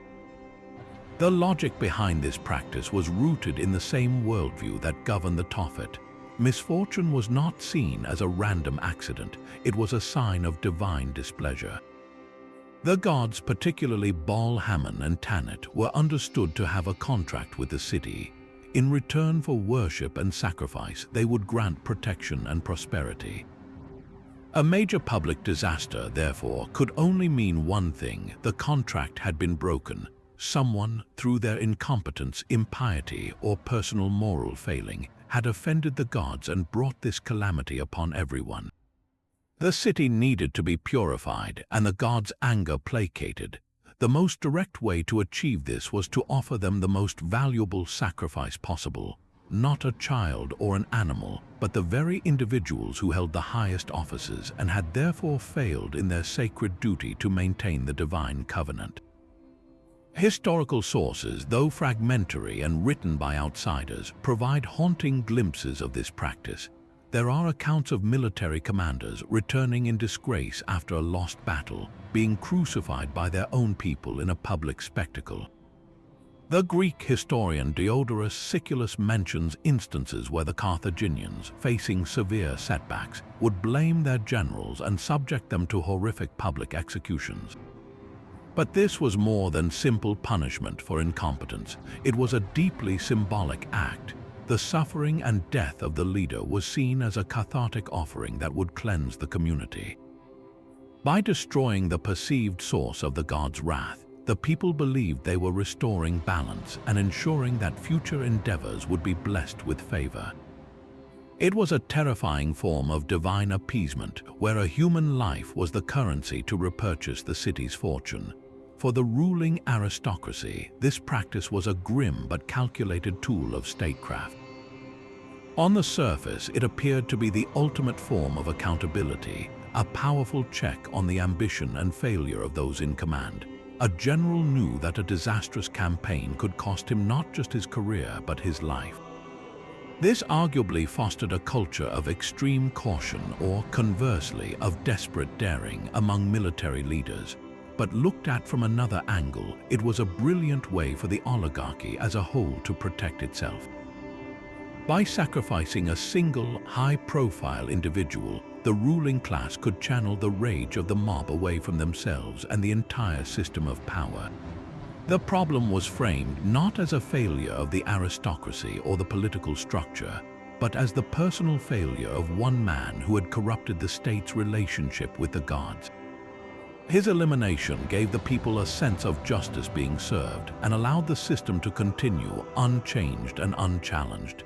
It was a brutal but highly effective strategy for maintaining social order in the face of catastrophe. The psychological impact on the Carthaginian leadership must have been profound. To hold high office was to live with a sword of Damocles hanging over one's head. Success would bring glory and wealth, but a single failure, especially one that led to public suffering, could lead to a horrific and public death. This created a ruling class that was perhaps uniquely sensitive to public opinion and the perception of divine favor. Every decision was weighed against the potential for cosmic repercussions.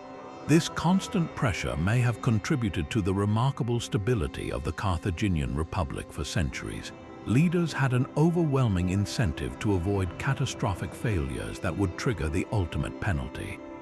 The practice reveals a society that, for all its commercial sophistication, operated under a constant, looming shadow of collective judgment, where the price of ultimate power was the perpetual risk of becoming the ultimate sacrifice.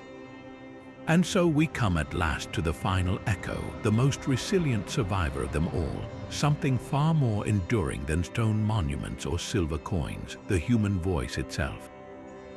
Rome could burn a city to the ground, salt its fields, and scatter its people, but it could not so easily silence a language that had taken root in the hearts and homes of millions across North Africa. This 30th forgotten practice is perhaps the most profound testament to Carthaginian endurance, the stubborn, centuries-long survival of the Punic language and its quiet, substrate influence, weaving itself into the very fabric of daily life long after the civilization that created it had been officially erased from the maps. Imagine the scene in the 2nd century of the Common Era, more than 250 years after the legions of Scipio Aemilianus had reduced Carthage to smoldering rubble. A Roman traveler named Septimius Severus, a man who would one day become emperor, arrives in the city of Leptis Magna, a bustling Roman port on the coast of what is now Libya. To his astonishment, he discovers that the well-educated, thoroughly Romanized elite of this prosperous city still converse fluently in Punic. They conduct their business in Latin, pay homage to Roman gods, and live in villas adorned with the latest fashions from Italy. Yet at home, in the market, and among themselves, the ancient tongue of Carthage remains their mother language. This was not an isolated case. From the great city of Hippo Regius, where St. Augustine would later preach, to the inland Berber kingdoms, Punic persisted not as a forgotten relic, but as a living, breathing language of commerce, law, and culture for over half a millennium after Carthage's fall. It was the linguistic equivalent of a ghost, present and active in a world that believed it had been vanquished. This remarkable survival was made possible by two key factors. First, Carthaginian colonization had been so extensive and so deep that Punic had become the lingua franca of urban life and coastal trade across the entire region. When Rome destroyed the mother city, it did not immediately wipe out the vast network of smaller Punic-speaking towns and communities that dotted the North African coastline. These places continued to thrive under Roman rule, and their language remained the primary tool of daily interaction. Second, and more importantly, Punic achieved a powerful synthesis with the languages of the indigenous Berber peoples. For centuries, the Carthaginians had interacted with Berber tribes through trade, intermarriage, and alliance. The Berber languages absorbed a significant number of Punic words, particularly related to agriculture, urban administration, and seafaring. When Rome arrived, Latin became the language of the new imperial overlords, but on the ground, in the fields and the workshops, the linguistic blend of Punic and Berber continued to be the language of the people. It became the substrate, the linguistic foundation, upon which Latin was later laid. The influence of this Punic substrate is like a hidden watermark on the parchment of history, visible only when held to the light. Take, for example, the very name of the continent itself, Africa. The origin of this word is debated, but one compelling theory traces it to a Berber tribe known as the Afri, who lived in the region around Carthage. The Carthaginians referred to their territory as the land of the Afri, and the Roman province that succeeded it was named Africa. This Punic/Berber root, filtered through Latin, became the name for an entire continent. More tangible evidence comes from the works of early Christian writers. Saint Augustine, who was born in Thagast in Roman North Africa in the 4th century, provides some of our best documentation of Punic's longevity. In his sermons and letters, he mentions that Punic was still widely spoken by the common people, even those who attended his churches. He notes that the North African Christian peasants preferred the Punic name for the god Saturn Balhaman over the Roman one, a stunning indication of how deeply Carthaginian religious terminology had penetrated the local culture. He even advises his clergy to learn Punic so they could effectively preach to their flocks, a clear admission that Latin had not fully displaced the old language. This linguistic legacy did not vanish with the arrival of the Arabs in the 7th century. Just as Punic had provided a substrate for Latin, it now blended with Arabic, leaving subtle traces in the dialects of the Maghreb. Scholars have identified possible Punic loanwords in modern Berber languages and even in North African Arabic. Words for specific agricultural tools, local plants, and unique geographical features often preserve ancient terms that have no clear Arabic or Latin origin, suggesting a survival from the Punic era. The pattern is familiar from other conquests. The language of the conquered often retreats from official life but holds fast in the intimate vocabulary of the land, in the names of places, plants, and everyday objects. The ghost of Carthage lived on in the speech of farmers naming their fields and fishermen describing the sea, a silent, stubborn thread of cultural memory woven into the tapestry of new dominant languages. The enduring presence of Punic is the ultimate refutation of the Roman goal of total annihilation. It demonstrates that a civilization's most profound impact is not always in its grand monuments or its military victories, but in the subtle, persistent patterns of thought and communication it implants in a region. Carthage's true legacy was not erased because it had become part of the people themselves. It survived in the syntax of a bargain struck in a market, in the whispered prayers of farmers to a god they still called Baal, and in the place names that would endure for millennia. This final forgotten practice reveals a breathtaking truth, that ideas are ultimately more resilient than empires, and that a language, even when supplanted, can leave an indelible mark on the world, a quiet testament to a people who, through their words, never truly died. So where does this leave us? After this long and winding journey through shipyards and senates, through sacred groves and monetary policy, we are left with a picture of Carthage that is infinitely more complex, more sophisticated, and more significant than the simple caricature of a rival Rome had to destroy. These 30 forgotten practices were not a random collection of quirks. They were the interlocking components of a single, grand experiment in civilization building. From the brutal, unifying terror of the Tophet to the brilliant, liberating logic of maritime insurance, from the political balance that prevented tyranny to the financial cunning that funded empires, Carthage was a crucible. It was a place where ideas, some beautiful, some terrifying, all of them powerful, were forged in the fires of ambition and necessity. The ultimate tragedy of Carthage is not merely that it was destroyed, but that its story was written solely by the victors. For 2,000 years, we have accepted the Roman narrative that Carthage was a monstrous deviation on the path to progress, an obstacle to be removed so that the proper course of Western civilization, as defined by Rome, could proceed. But what if that is the greatest historical illusion of all?